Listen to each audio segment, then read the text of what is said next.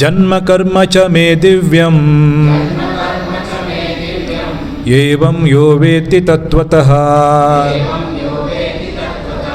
ತ್ಯಕ್ತ್ವಾ ದೇಹಂ ಪುನರ್ಜನ್ಮ ನೈತಿ ಮಾಮೇತಿ ಸೋರ್ಜುನ. ಜನ್ಮ ಕರ್ಮ ಚ ಮೇ ದಿವ್ಯಂ ಏವಂ ಯೋ ವೇತ್ತಿ ತತ್ವತಃ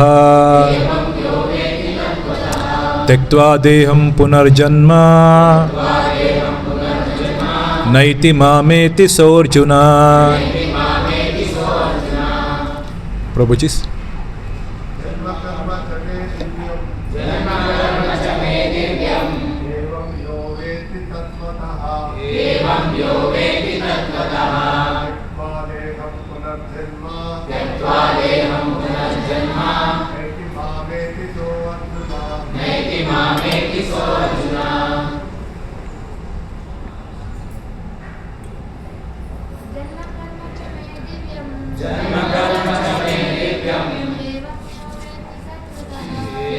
ಯೋ ವೇತ್ತಿ ತತ್ವತಃ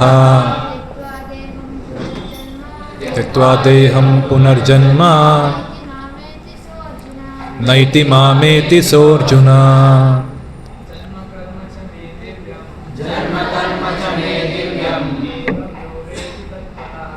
ಏವಂ ಯೋ ವೇತ್ತಿ ತತ್ವತಃ ತ್ಯಕ್ತ್ವಾ ದೇಹಂ ಪುನರ್ಜನ್ಮ ನೈತಿ ಮಾಮೇತಿ ಸೋರ್ಜುನ. ಮಾತಾಜಿ ಜನ್ಮ ಕರ್ಮ ಚ ಮೇ ದಿವ್ಯಂ ಏವಂ ಯೋ ವೇತ್ತಿ ತತ್ವತಃ ತ್ಯಕ್ತ್ವಾ ದೇಹಂ ಪುನರ್ಜನ್ಮ ನೈತಿ ಮಾಮೇತಿ ಸೋರ್ಜುನ. ಹರೇ ಕೃಷ್ಣ. ಧನ್ಯವಾದ. ಬಹಳ ಮುಖ್ಯವಾದಂಥ ಶ್ಲೋಕ ಭಗವದ್ಗೀತೆಯಲ್ಲಿ. ಎಲ್ಲ ಹಿರಿಯ ವೈಷ್ಣವರಲ್ಲಿ ಮತ್ತು ಗುರು ಕೃಷ್ಣರಲ್ಲಿ ಪ್ರಾರ್ಥನೆ ಮಾಡ್ತಾ ಈ ಒಂದು ದಿನದ ಈ ಭಾಗವತವನ್ನು ನಾವು ಪ್ರಾರಂಭ ಮಾಡೋಣ. ಓಂ ಅಜ್ಞಾನತಿಮಿರಾಂಧಸ್ಯ ಜ್ಞಾನಾಂಜನಶಲಾಕಯ ಚಕ್ಷುರುನ್ಮಿಲಿತಂ ಯೇನ ತಸ್ಮೈ ಶ್ರೀ ಗುರುವೇ ನಮಃ. ನಮಃ ಓಂ ವಿಷ್ಣುಪಾದಾಯ ಕೃಷ್ಣಪ್ರೇಷ್ಠಾಯ ಭೂತಲೆ ಶ್ರೀಮತೆ ಭಕ್ತಿವೇದಾಂತ ಸ್ವಾಮಿನಿತಿ ನಾಮಿನೆ. ನಮಸ್ತೆ ಸರಸ್ವತಿ ದೇವೆ ಗೌರವಾಣಿ ಪ್ರಚಾರಿಣೆ ನಿರ್ವಿಶೇಷ ಶೂನ್ಯವಾದಿ ಪಾಶ್ಚಾತ್ಯ ದೇಶತಾರಿಣೆ.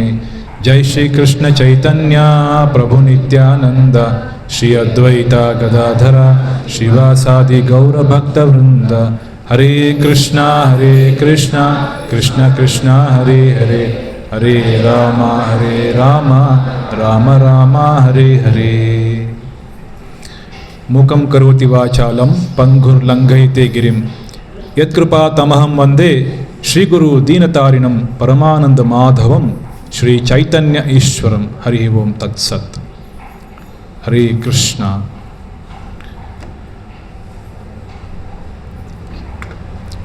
ಮತ್ತೊಮ್ಮೆ ನಿಮಗೆಲ್ಲ ಸ್ವಾಗತ.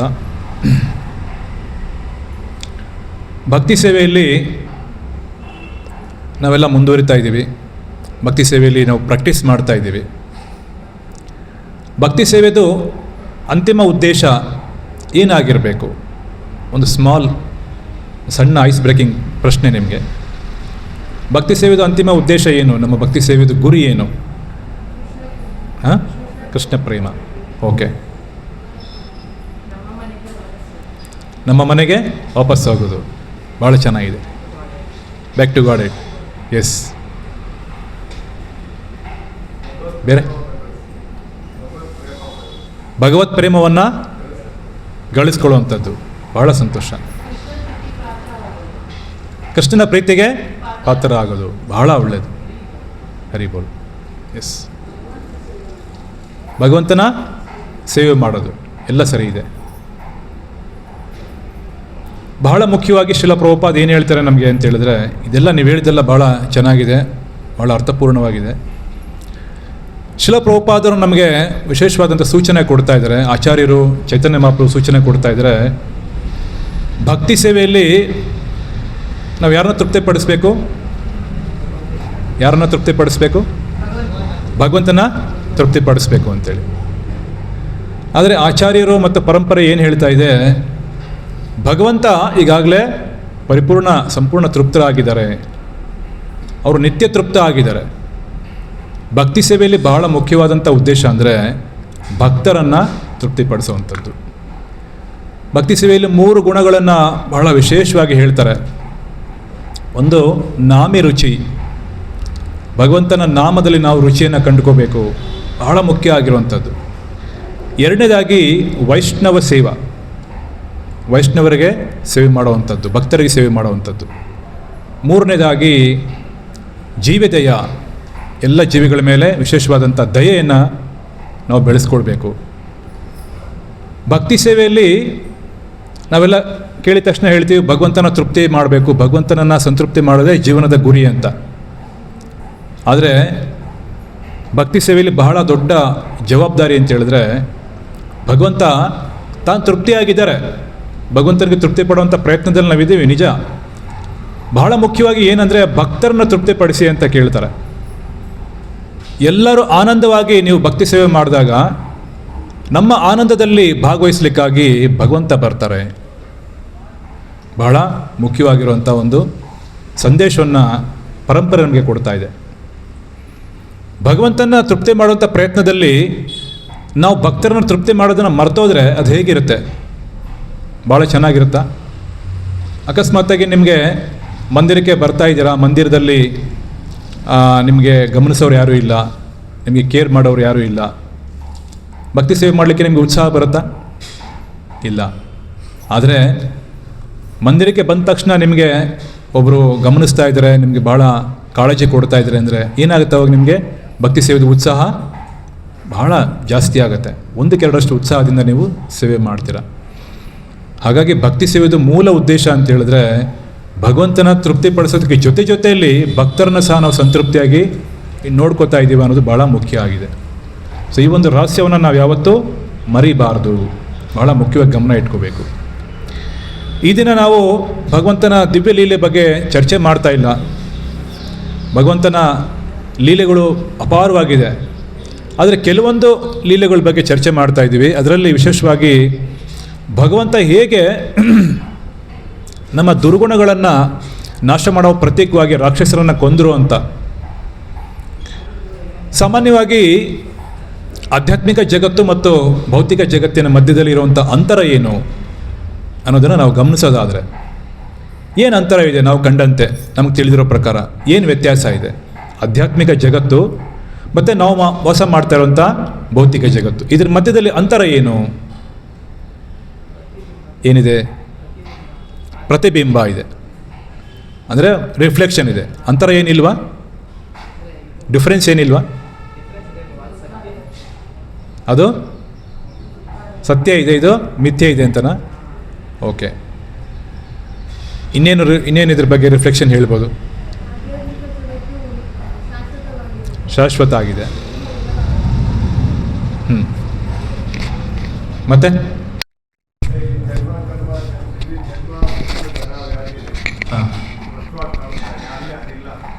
ಓಕೆ. ಬೇರೆ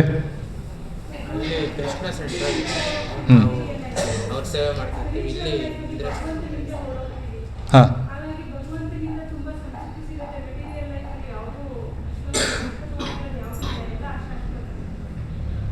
ಭಾಳ ಚೆನ್ನಾಗಿದೆ. ಬಹಳ ಮುಖ್ಯವಾದಂಥ ವ್ಯತ್ಯಾಸವನ್ನು ನಾವು ನೋಡ್ತಾ ಇದ್ದೀವಿ. ಆಧ್ಯಾತ್ಮಿಕ ಧಾಮದಲ್ಲಿ ಎಲ್ಲ ಜೀವಿಗಳು ಭಗವಂತನ ತೃಪ್ತಿಗೋಸ್ಕರ ಪ್ರಯತ್ನ ಮಾಡ್ತಾ ಇದ್ದಾರೆ, ನಿರಂತರವಾಗಿ ಪ್ರಯತ್ನ ಮಾಡ್ತಾ ಇದ್ದಾರೆ.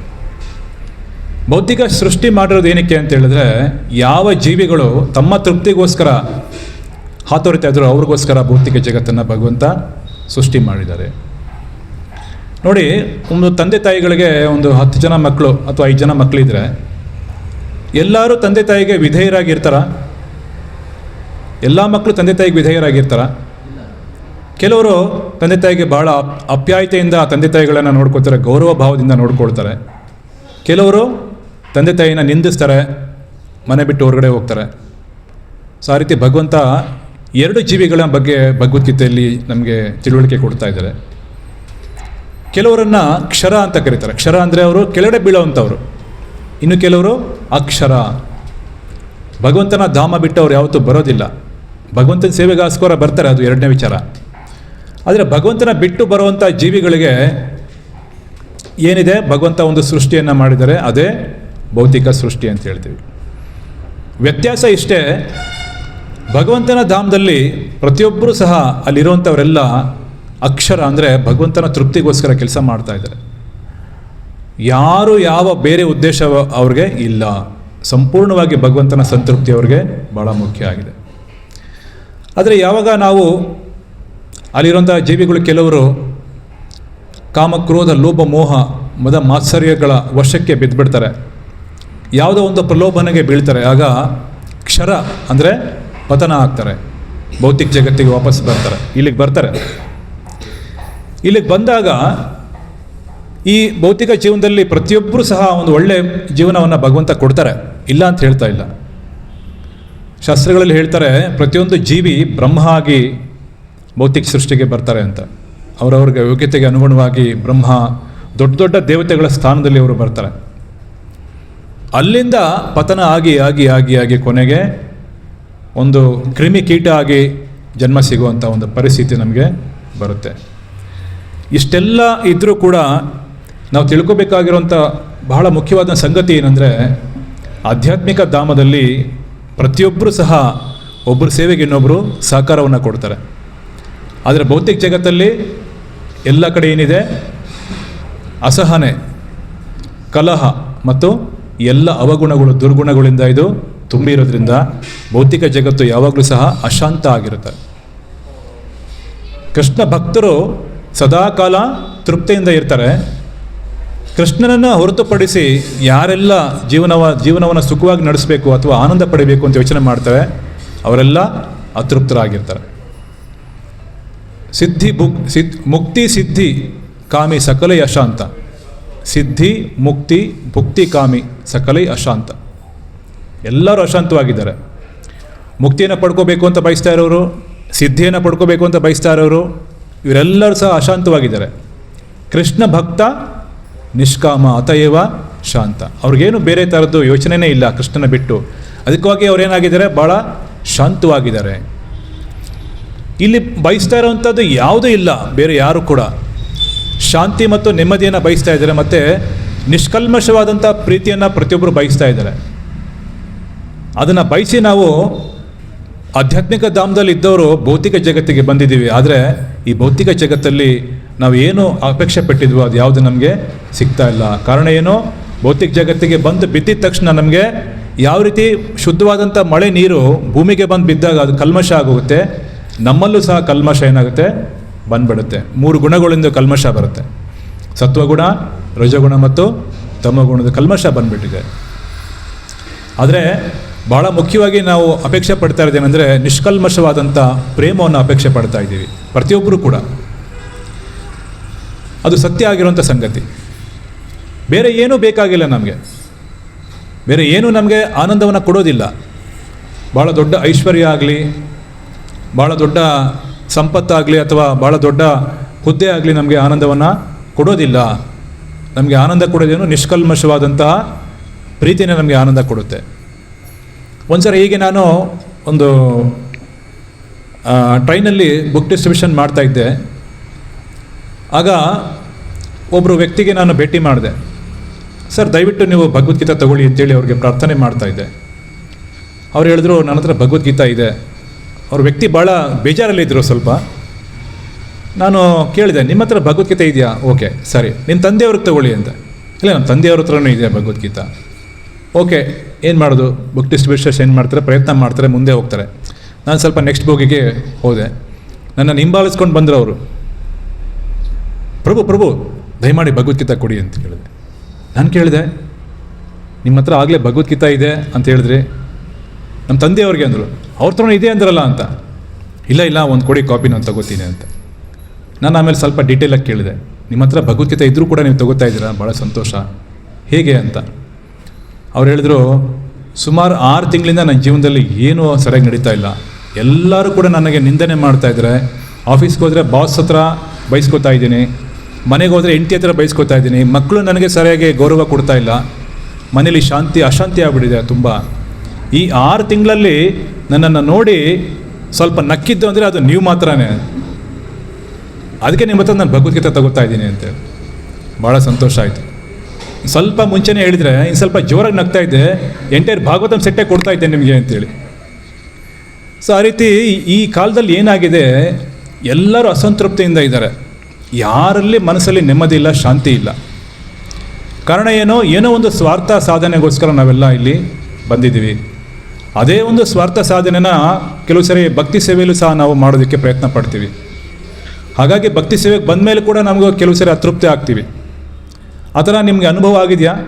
ಯಾರ್ಯಾರಿಗೆ ಅನುಭವ ಆಗಿದೆ ಕೈ ಎತ್ತಿ. ಭಕ್ತಿ ಸೇವೆಗೆ ಬಂದ ಮೇಲೆ ಕೂಡ ಕೆಲವು ಸರಿ ನಮ್ಗೆ ಏನೋ ಒಂದು ಅಸಂತುಷ್ಟಿ ಯಾರ್ಯಾರಿಗಾಗಿದೆ? ಪ್ರಾಮಾಣಿಕವಾಗಿ ಎಲ್ಲ ಸರಿ ಇದೆ ಅಂದರೆ ಏನೋ ದೋಷ ಇದೆ ಅಂತ, ಕೈ ಎತ್ತಿಲ್ಲ ಅಂದರೆ ಏನೋ ದೋಷ ಇದೆ ಅಂತ ಎಲ್ಲರಿಗೂ ಅನುಭವ ಆಗಿದೆಯಲ್ಲ. ಸೊ ಇದು ಯಾಕಾಗುತ್ತೆ ಅಂತ ಹೇಳಿದ್ರೆ ನಮ್ಮಲ್ಲಿರುವಂಥ ಅನರ್ಥಗಳು ಇದಕ್ಕೆ ಕಾರಣ ಆಗಿದೆ. ನೋಡಿ, ಸಾಮಾನ್ಯವಾಗಿ ನಮ್ಮಲ್ಲಿರುವಂಥ ಅನರ್ಥಗಳು ನಾಶ ಆಗೋದಿಲ್ಲ. ಅದೇನಾಗುತ್ತೆ, it will go to a dormant state. ಅಂದರೆ ಅದು ಬಚ್ಚಿಟ್ಕೊಳ್ತವೆ. ನಮ್ಮಲ್ಲಿ ರಾಕ್ಷಸರು ಇದ್ದಾರಲ್ಲ, ಇದ್ದಾರಾ ಇಲ್ವಾ? ಇದ್ದಾರಲ್ಲ. ಸತ್ಯಯುಗದಲ್ಲಿ ರಾಕ್ಷಸರು ಬೇರೆ ಬೇರೆ ಲೋಕದಲ್ಲಿ ವಾಸ ಮಾಡ್ತಾಯಿದ್ರು. ಅಂದರೆ ಒಂದು ಲೋಕದಿಂದ ಇನ್ನೊಂದು ಲೋಕಕ್ಕೆ ವ್ಯತ್ಯಾಸ ಇರ್ತಾಯಿತ್ತು ಅಲ್ವಾ? ದ್ವಾಪರ ಯುಗದಲ್ಲಿ, ತ್ರೇತಾಯುಗದಲ್ಲಿ ಬೇರೆ ಬೇರೆ ಲೋಕದಲ್ಲಿಲ್ಲ, ಬೇರೆ ಬೇರೆ ರಾಜ್ಯದಲ್ಲಿ ಬಂದರು ದೇವತೆಗಳು ಮತ್ತು ಅಸುರರು ಬಂದರು. ಹೇಗೆ? ಒಂದು ಕಡೆ ರಾಮಚಂದ್ರ, ಇನ್ನೊಂದು ಕಡೆ ರಾವಣ, ಬೇರೆ ಬೇರೆ ರಾಜ್ಯ, ಶ್ರೀಲಂಕಾ ಮತ್ತು ಅಯೋಧ್ಯ. ದ್ವಾಪರ ಯುಗದಲ್ಲಿ ಒಂದೇ ಮನೆಯಲ್ಲಿ ಬಂದರು. ಹೇಗೆ? ಕೌರವರು ಪಾಂಡವರು ಒಂದೇ ಮನೇಲಿದ್ದರು. ಕಲಿಯುಗದಲ್ಲಿ ಎಲ್ಲರ ಮನೆಯಲ್ಲ, ಎಲ್ಲರ ಮನಸ್ಸಲ್ಲಿ, ಪ್ರತಿಯೊಬ್ಬರ ಮನಸ್ಸಲ್ಲಿ ರಾಕ್ಷಸಿ ಪ್ರವೃತ್ತಿ ಮತ್ತು ದೈವಿ ಗುಣಗಳು ಎರಡೂ ಇದೆ.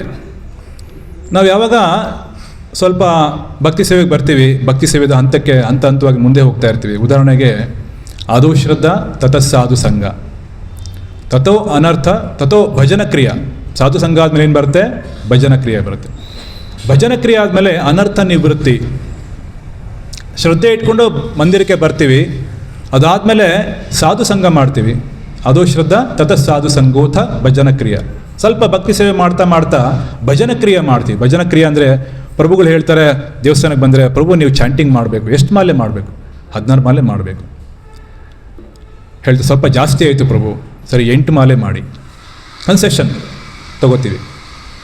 ಚಾಂಟಿಂಗ್ ಮಾಡ್ತಾ ಇರ್ತೀವಿ. ಮಾಡ್ತಾ ಮಾಡ್ತಾ ಏನಾಗುತ್ತೆ, ನಮ್ಮಲ್ಲಿರುವಂಥ ಒಂದು ಕಡೆ ಅಷ್ಟು ದೇವತೆಗಳಿದ್ದಾರೆ, ಇನ್ನೊಂದು ಕಡೆ ಅಷ್ಟು ರಾಕ್ಷಸರಿದ್ದಾರೆ ಅಂತ ತಿಳ್ಕೊಳ್ಳೋಣ. ದೇವತೆಗಳು ನಾವು ಚಾಂಟಿಂಗ್ ಮಾಡೋ ಸಮಯದಲ್ಲಿ ಭಾಳ ಜಾಗೃತರಾಗ್ತಾರೆ. ಚಾಂಟಿಂಗ್ ಮಾಡ್ತಾ ಇದ್ದೇನೆ, ವ್ಯಕ್ತಿ ಭಾಳ ಒಳ್ಳೆಯವನಾಗಿದ್ದೇನೆ ಅಂತೇಳಿ. ಆ ಸಮಯದಲ್ಲಿ ರಾಕ್ಷಸಿ ಪ್ರವೃತ್ತಿ ನಮ್ಮಲ್ಲಿ ಇದೆಯಲ್ಲ, ಅವ್ರು ರಾಕ್ಷಸರ ಥರ ಅವ್ರೇನು ಮಾಡ್ತಾರೆ ಅಂದರೆ ಹೋಗಿ ಬಚ್ಚಿಟ್ಕೊಳ್ತಾರೆ. ಎಲ್ಲಿ ಬಚ್ಚಿಟ್ಕೊಳ್ತಾರೆ? ನಮ್ಮ ಹೃದಯದ ಅಂತರಾಳದಲ್ಲಿ ಬಚ್ಚಿಟ್ಕೊಳ್ತಾರೆ. ಯಾವಾಗ ನಾವು ಭಜನ ಕ್ರಿಯೆಗೆ ಅಷ್ಟು ಗಮನ ಕೊಡೋದಿಲ್ಲ, ಆಗ ಮತ್ತೆ ರಾಕ್ಷಸರು ನಮ್ಮನ್ನು ಕಾಡೋದಕ್ಕೆ ಪ್ರಯತ್ನ ಪಡ್ತಾರೆ.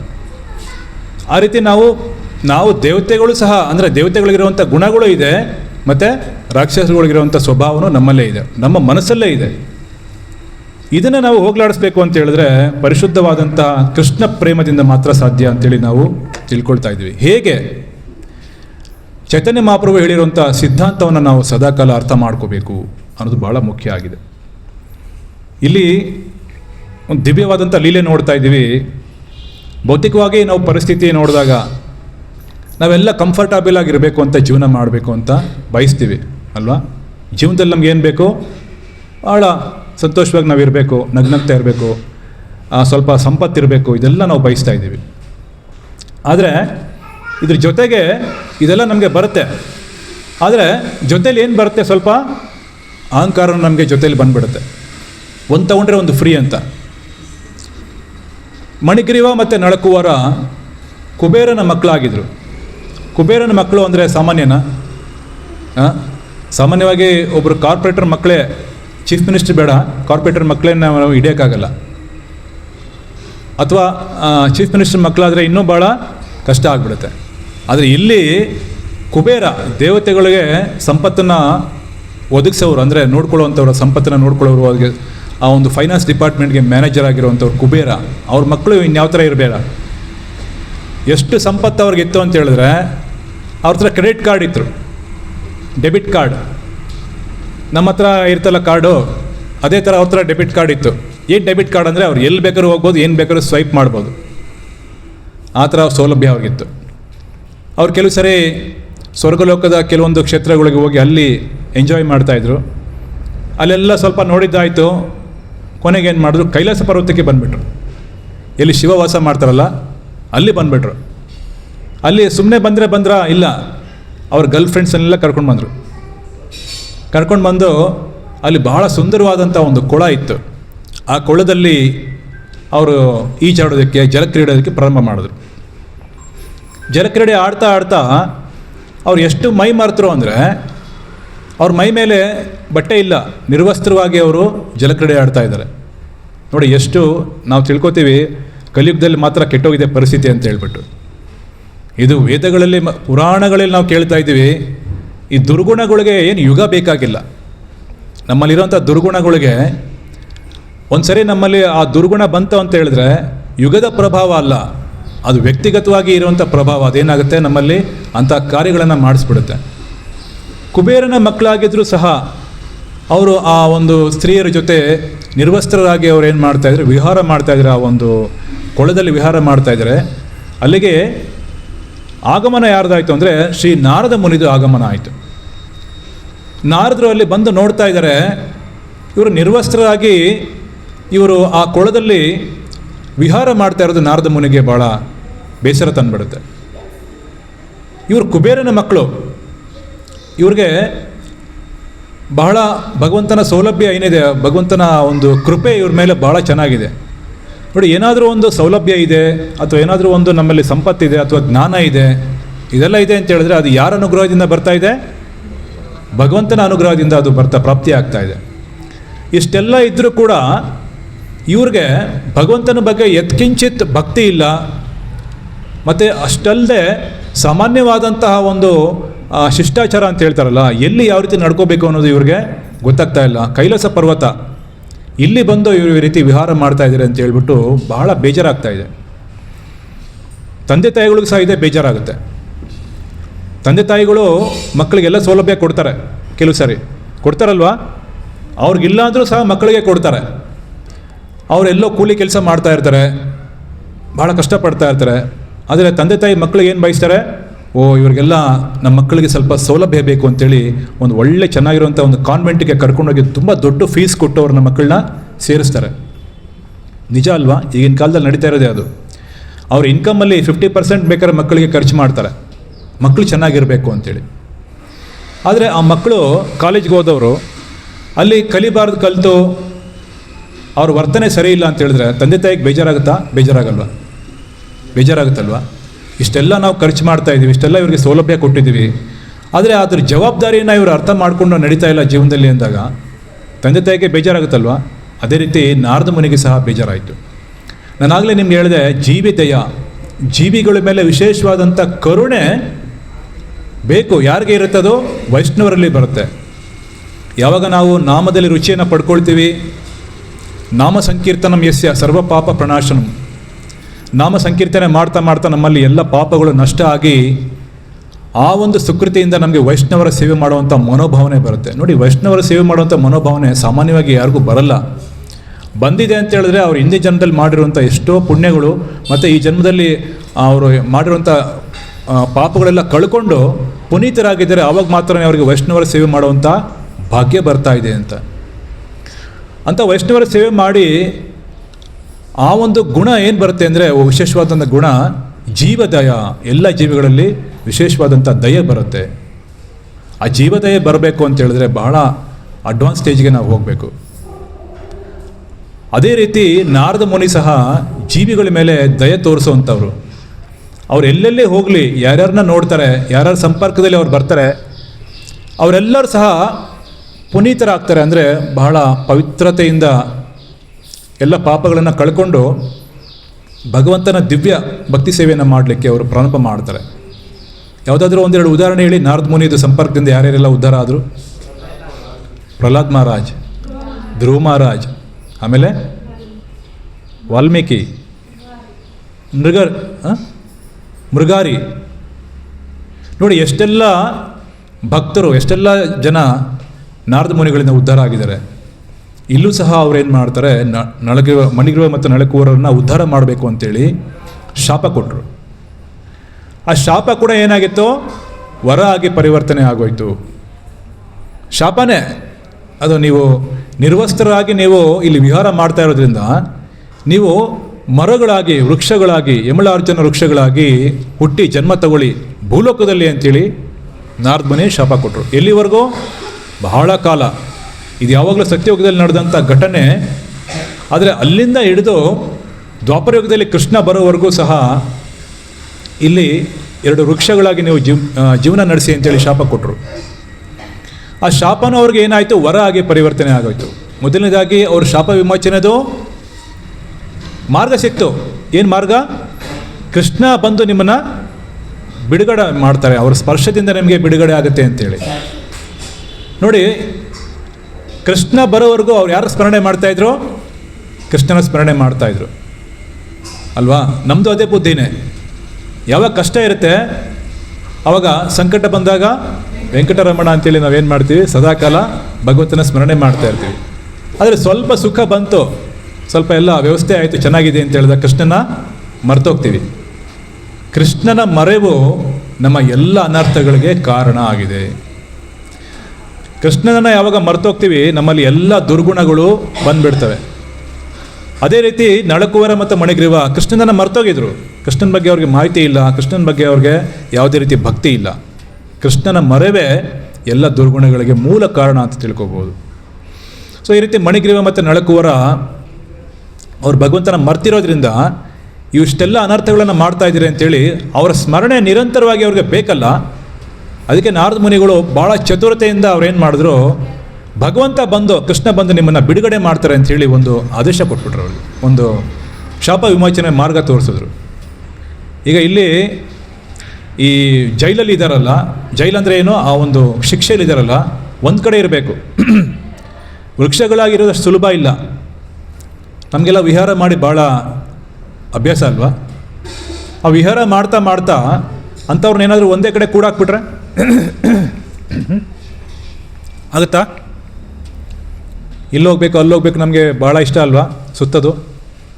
ಒಂದು ಕಡೆ ಕೂಡಾಕ್ಬಿಡೋಣ ನಾವು, ಅವಾಗ ಏನಾಗುತ್ತೆ? ಎಲ್ಲರಿಗೂ ಇಷ್ಟ ಆಗುತ್ತಾ? ಒಂದು ಕಡೆ ಇದ್ದರೆ ನಮ್ಗೆ ಯಾರಿಗೂ ಇಷ್ಟ ಆಗಲ್ಲ, ನಾವು ವಿಹಾರ ಮಾಡಬೇಕು. ಆದರೆ ಇವರು ಶಿಕ್ಷೆ ಎಂಥದಿತ್ತು ಅಂತ ಹೇಳಿದ್ರೆ, 1000 ವರ್ಷ ಒಟ್ಟಿಗೆ ಒಂದೇ ಕಡೆ ಅವರು ಸ್ಥಿತ ಆಗಿರಬೇಕು, ಆ ಥರ ಶಿಕ್ಷೆ ಬಂದಿತ್ತು. ಅವಾಗ ಆನಂದ ಇಲ್ಲ, ಅವಾಗೇನೋ ಬರೀ ನಿರೀಕ್ಷೆ ಮಾತ್ರ. ಕೃಷ್ಣ ಯಾವಾಗ ಬರ್ತಾರೆ, ಕೃಷ್ಣ ಯಾವಾಗ ಬರ್ತಾರೆ, ಕೃಷ್ಣನ ಸ್ಮರಣೆ ಮಾತ್ರ ಅವ್ರಿಗೆ ಇತ್ತು, ಬೇರೆ ಇನ್ನೇನಿಲ್ಲ. ಕೃಷ್ಣನಿಗೋಸ್ಕರ ಅವ್ರು ಕಾಯ್ತಾಯಿದ್ರು. ಕೃಷ್ಣನ ಸ್ಮರಣೆ ಎಷ್ಟು ತೀವ್ರ ಆಯಿತೋ ಅಷ್ಟು ಕೃಷ್ಣ ಬೇಗ ಬರ್ತಾರೆ ಅಂತೇಳಿ ಹೇಳ್ತಾರೆ. ಅವ್ರು ಕೃಷ್ಣನನ್ನು ಅಷ್ಟು ಸ್ಮರಣೆ ಮಾಡ್ತಾಯಿದ್ರು. ಸ್ಮರಣೆ ಮಾಡ್ತಾ ಮಾಡ್ತಾ ಕೃಷ್ಣನ ಸ್ಮರಣೆಯಲ್ಲಿ ಬಹಳ ಕಾಲ ಕಳೆದಿದ್ದರಿಂದ ಕೃಷ್ಣ ಬಂದು ಅವ್ರಿಗೆ ಏನು ಮಾಡಿದ್ರು, ವಿಮೋಚನೆ ಮಾಡುವಂಥ ಸಂದರ್ಭ ಬಂತು. ತಾಯಿ ಯಶೋದೆ ಹೊರಳಕಲ್ಲಿಗೆ ಕೃಷ್ಣನನ್ನು ಕಟ್ಟಿ ಹಾಕಿದಾಗ ಆ 2 ವೃಕ್ಷಗಳ ಮಧ್ಯದಲ್ಲಿ ಆ ಕೃಷ್ಣ ಹೊರಳಕಲ್ಲು ತಗೊಂಡು ಹೋಗಿ ಅದನ್ನು ಬೀಳಿಸಿದಾಗ ವಿಮೋಚನೆ ಯಾರಿಗಾಯಿತು? ಮಣಿಗ್ರೀವ ಮತ್ತು ನಳಕುವರರಿಗೆ ವಿಮೋಚನೆ ಆಯಿತು. ಯಾವಾಗ ನಮಗೆ ಸುಖವಾಗಿ ನಾವು ಎಲ್ಲ ಇರುತ್ತೆ ನಮಗೆ, ಆವಾಗ ನಮಗೆ ಅದರದ್ದು ಮಹತ್ವ ಗೊತ್ತಾಗೋದಿಲ್ಲ. ತಂದೆ ತಾಯಿ ಎಲ್ಲ ಫೆಸಿಲಿಟಿ ಕೊಡ್ತಾ ಇದ್ದಾರೆ, ಮಕ್ಕಳಿಗೆ ಅದರದ್ದು ಅನುಭವ ಆಗುತ್ತಾ? ಏನೂ ಅನುಭವ ಆಗಲ್ಲ. ಅದೇ ಕಷ್ಟದಲ್ಲಿದ್ದಾಗ ಅನುಭವ ಆಗುತ್ತೆ. ಇವತ್ತು ಮಕ್ಕಳಿಗೆಲ್ಲ ಅದೇ ತೊಂದರೆ ಆಗಿದೆ. ಯಾವುದಾದ್ರು ಚಿಕ್ಕ ಮಗುನ ಇಟ್ಕೊಂಡು ಕೇಳಿ, ನಿನಗೆ ಎಲ್ಲಿಂದ ಈ ಅನ್ನ ಸಿಗ್ತಾ ಇದೆ ಅಂತ ಹೇಳಿದ್ರೆ, ಸೂಪರ್ ಮಾರ್ಕೆಟಿಂದ ಅಂತಾರೆ. ಯಾಕೆ? ಮಕ್ಕಳನ್ನ ಶಾಪಿಂಗ್ ಕರ್ಕೊಂಡು ಹೋಗ್ತೀವಿ, ಸೂಪರ್ ಮಾರ್ಕೆಟಲ್ಲಿ ಅವ್ರಿಗೆ ನೋಡ್ತೀವಿ, ಎಲ್ಲ ಪರ್ಚೇಸ್ ಮಾಡ್ತೀವಿ, ಮುಗಿದೋಯ್ತು ಅಷ್ಟೇ. ಅದಾದಮೇಲೆ ಅದರ ಹಿಂದೆ ಏನೂ ಗೊತ್ತಿಲ್ಲ. ಅದಕ್ಕೆ ಮಕ್ಕಳಿಗೆ ನಾವು ಈ ಜೀವನದ ಕಷ್ಟಗಳ ಬಗ್ಗೆ ನಾವು ಮಾಹಿತಿಯನ್ನು ಕೊಡಬೇಕು. ಬರೀ ಸುಖದ ಬಗ್ಗೆ ಮಾಹಿತಿ ಕೊಡೋದಿಲ್ಲ. ಅವ್ರನ್ನ ಭಾಳ ಕಂಫರ್ಟ್ ಝೋನಲ್ಲಿ ಮಕ್ಕಳನ್ನು ಇಡಬಾರ್ದು ಅಂತ ಹೇಳ್ತಾರೆ. ಈ ಮಣಿಗ್ರೀವ ಮತ್ತು ನಳಕುವರೊಂದು ಕಥೆಯಲ್ಲಿ ಅದೇ ಆಗಿದ್ದು. ಕುಬೇರ ಏನು ಮಾಡಿದ್ರು, ಕ್ರೆಡಿಟ್ ಕಾರ್ಡ್ ಕೊಟ್ಟರು ಅವ್ರಿಗೆ. ಕ್ರೆಡಿಟ್ ಕಾರ್ಡ್ ತೊಗೊಂಡು ನೀವು ಎಲ್ಲಿ ಬೇಕಾದರೂ ಉಜ್ಜಿ, ಏನು ಬೇಕಾದರೂ ಎಂಜಾಯ್ ಮಾಡಿ ಅಂತ. ಅದೇ ಪ್ರಕಾರ ನಮ್ಮ ಮಕ್ಕಳಿಗೆ ಏನು ಮಾಡ್ತಾಯಿದ್ದೀವಿ ನಾವು, ಕ್ರೆಡಿಟ್ ಕಾರ್ಡ್ ಡೆಬಿಟ್ ಕಾರ್ಡ್ ಕೊಡ್ತಾ ಇದ್ದೀವಿ. ಅವರೆಲ್ಲ ಹೋಗಿ ಏನು ಮಾಡ್ತಾರೆ, ಎಂಜಾಯ್ ಮಾಡ್ಕೊಂಡು ಬರ್ತಾರೆ. ಆದರೆ ಈ ಫೆಸಿಲಿಟಿಗೆ ಕೊಡೋಕ್ಕಿಂತ ಮುಂಚೆ ಜವಾಬ್ದಾರಿಯನ್ನು ಕೊಟ್ಟು ನಾವೇನು ಮಾಡಬೇಕು, ಅವ್ರಿಗೆ ಕೃಷ್ಣ ಭಕ್ತಿಯನ್ನು ಕೊಡಬೇಕು, ಕೃಷ್ಣನ ಸ್ಮರಣೆಯನ್ನು ಕೊಡಬೇಕು ಅಂತೇಳಿ ಹೇಳ್ತಾ ಇದ್ದಾರೆ. ಅದಕ್ಕೋಸ್ಕರ ಕೌಮಾರಂ ಆಚರೇತ್ ಪ್ರಾಜ್ಞೋ ಧರ್ಮಾನ್ ಭಾಗವತಾನೀಹ. ಚಿಕ್ಕ ವಯಸ್ಸಿಂದ ಮಕ್ಕಳಿಗೆ ಆ ಭಗವಂತನ ಭಕ್ತಿ, ಭಗವಂತನ ಪ್ರೇಮವನ್ನು ಕಲಿಸಬೇಕು. ಕುಂತಿದೇವಿ ಯಾವ ರೀತಿ ಪ್ರಾರ್ಥನೆ ಮಾಡ್ತಾಯಿದ್ರು, ಕಷ್ಟಗಳನ್ನು ಕೊಡಿ ಪರವಾಗಿಲ್ಲ, ಆದರೆ ನಿಮ್ಮ ವಿಸ್ಮರಣೆ ಬರಬಾರ್ದು. ಸ್ಮರ್ತವ್ಯ ಸತತಂ ವಿಷ್ಣು ವಿಸ್ಮರ್ತವ್ಯೇನ ಜಾತು ಚೇತ್. ಸತತವಾಗಿ ವಿಷ್ಣುವನ್ನ ಸ್ಮರಣೆ ಮಾಡಿ ಕೃಷ್ಣನನ್ನು ಮರಿಬೇಡಿ. ಎರಡೂ ಸಹ ಇದೆ, ಒಂದು ವಿಧಿ, ಇನ್ನೊಂದು ನಿಷೇಧ ಆಗಿದೆ. ವಿಧಿ ಅಂದರೆ ಏನು? Always remember Krishna. ನಿಷೇಧ ಅಂದರೆ ನೆವರ್ ಫರ್ಗೆಟ್ ಕೃಷ್ಣ. ಎರಡೂ ಇದೆ. ಹಾಗಾಗಿ ಈ ಒಂದು ಕ್ರೆಡಿಟ್ ಕಾರ್ಡ್ನ ಕೊಡೋಕ್ಕಿಂತ ಮುಂಚೆ ನಾವು ಯೋಚನೆ ಮಾಡಬೇಕು ಮಕ್ಕಳಿಗೆ. ಯಾಕೆಂದರೆ ಅದು ಯಾವತ್ತಾದರೂ ಮುಗಿದೋಗುವಂಥ ಧನ. ನಾವು ಹೋಗ್ತೀವಿ ಶಾಪಿಂಗ್ ಕಾಂಪ್ಲೆಕ್ಸ್ ಮುಂದೆ, ಒಂದು ನಿಂತಿದೆ, ಒಂದು ಬೊಂಬೆ ಮೇಲೆ ಭಾಳ ಚೆನ್ನಾಗಿರೋ ಡ್ರೆಸ್ ಹಾಕಿರ್ತಾರೆ. ಈಗ ನಮ್ಮ ಮನಸ್ಸಲ್ಲಿ ಏನಾಗುತ್ತೆ, ಆಸೆ, ನಾನು ಈ ಡ್ರೆಸ್ ತೊಗೋಬೇಕು, ನಾನು ಈ ಸೀರೆ ತೊಗೋಬೇಕು, ಏನೋ ಒಂದು ಇಚ್ಛೆ ನಮಗೆ ಬಂತು. ಏನು ಮಾಡ್ತೀವಿ, ತೊಗೊಂಡೋಗಿ ಕ್ರೆಡಿಟ್ ಕಾರ್ಡ್ನ ಬಿಸಾಕ್ತೀವಿ. ಅವನೇನು ಮಾಡ್ತಾನೆ, ಪ್ಯಾಕಿಂಗ್ ಮಾಡಿ ನಮಗೆ ವಾಪಸ್ ಕೊಡ್ತಾನೆ, ಪ್ಯಾಕಿಂಗ್ ಮಾಡಿ ಕೊಡ್ತಾನೆ. ಇದೇ ಥರ ಮಾಡ್ತಾಯಿದ್ವಿ, ಕ್ರೆಡಿಟ್ ಕಾರ್ಡ್ ಬಿಸಾಕ್ತಾ ಇದ್ವಿ. ಒಂದಿನ ಏನು ಮಾಡ್ತಾನೆ, ಮತ್ತೆ ಕ್ರೆಡಿಟ್ ಕಾರ್ಡ್ನ ನಮ್ಮ ಮುಖದ ಮೇಲೆ ಬಿಸಾಕ್ತಾನೆ. ಯಾಕೆ? ನೋ ಕ್ರೆಡಿಟ್, ಅದರಲ್ಲಿ ಏನೂ ಇಲ್ಲ. ಅದೇ ರೀತಿ ನಾವು ಗಳಿಸಿರುವಂಥ ಪುಣ್ಯ ಸಹ ಒಂದಲ್ಲ ಒಂದಿನ ಏನಾಗುತ್ತೆ, ಖಾಲಿ ಆಗಿಬಿಡುತ್ತೆ. ಆ ಕ್ರೆಡಿಟ್ ಏನಾಗುತ್ತೆ, ಹೊರಟೋಗುತ್ತೆ. ಅದೆಲ್ಲ ಖಾಲಿಯಾಗುವಂಥ ಧನ. ಹಾಗಾಗಿ ಧನ, ಅರ್ಥ ಅಂತ ಹೇಳ್ತೀವಲ್ಲ, ಅರ್ಥ ಅಂದರೆ ಏನು? ಧನ. ಅರ್ಥ ಅಂದರೆ ಧನ ಅಥವಾ ಹಣ ಅಂತ ಹೇಳ್ತೀವಿ. ಅನರ್ಥ ಅಂದರೆ ಡೆಬಿಟ್, ಅಂದರೆ ಅದೆಲ್ಲ ಏನಾಗುತ್ತೆ, ಖರ್ಚಾಗುವಂಥದ್ದು ಅಥವಾ ನಾಶ ಆಗೋದು ಅಂತ. ಅನರ್ಥ ಅಂದರೆ ನಾವು ಮಾಡಿರುವಂಥ ಎಲ್ಲ ಪುಣ್ಯಗಳು ನಾಶ ಆಗುವಂಥದ್ದು ಅಂತ.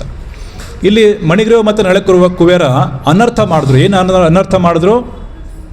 ಭಕ್ತರಿಗೆ ವಿಶೇಷವಾಗಿ ಗೌರವ ಕೊಡದೆ, ನಾರದ ಮುನಿಗಳು ಬಂದಾಗ ಗೌರವ ಕೊಡದೆ, ಅವರು ಮತ್ತಲ್ಲಿ ಅವ್ರು ಏನು ಮಾಡ್ತಾಯಿದ್ರು, ನಾರದ ಮುನಿಗಳನ್ನು ದಿಟ್ಟಿಸಿ ನೋಡ್ತಾಯಿದ್ರು. ಸೊ ಇದು ಅನರ್ಥ ಅಲ್ವಾ?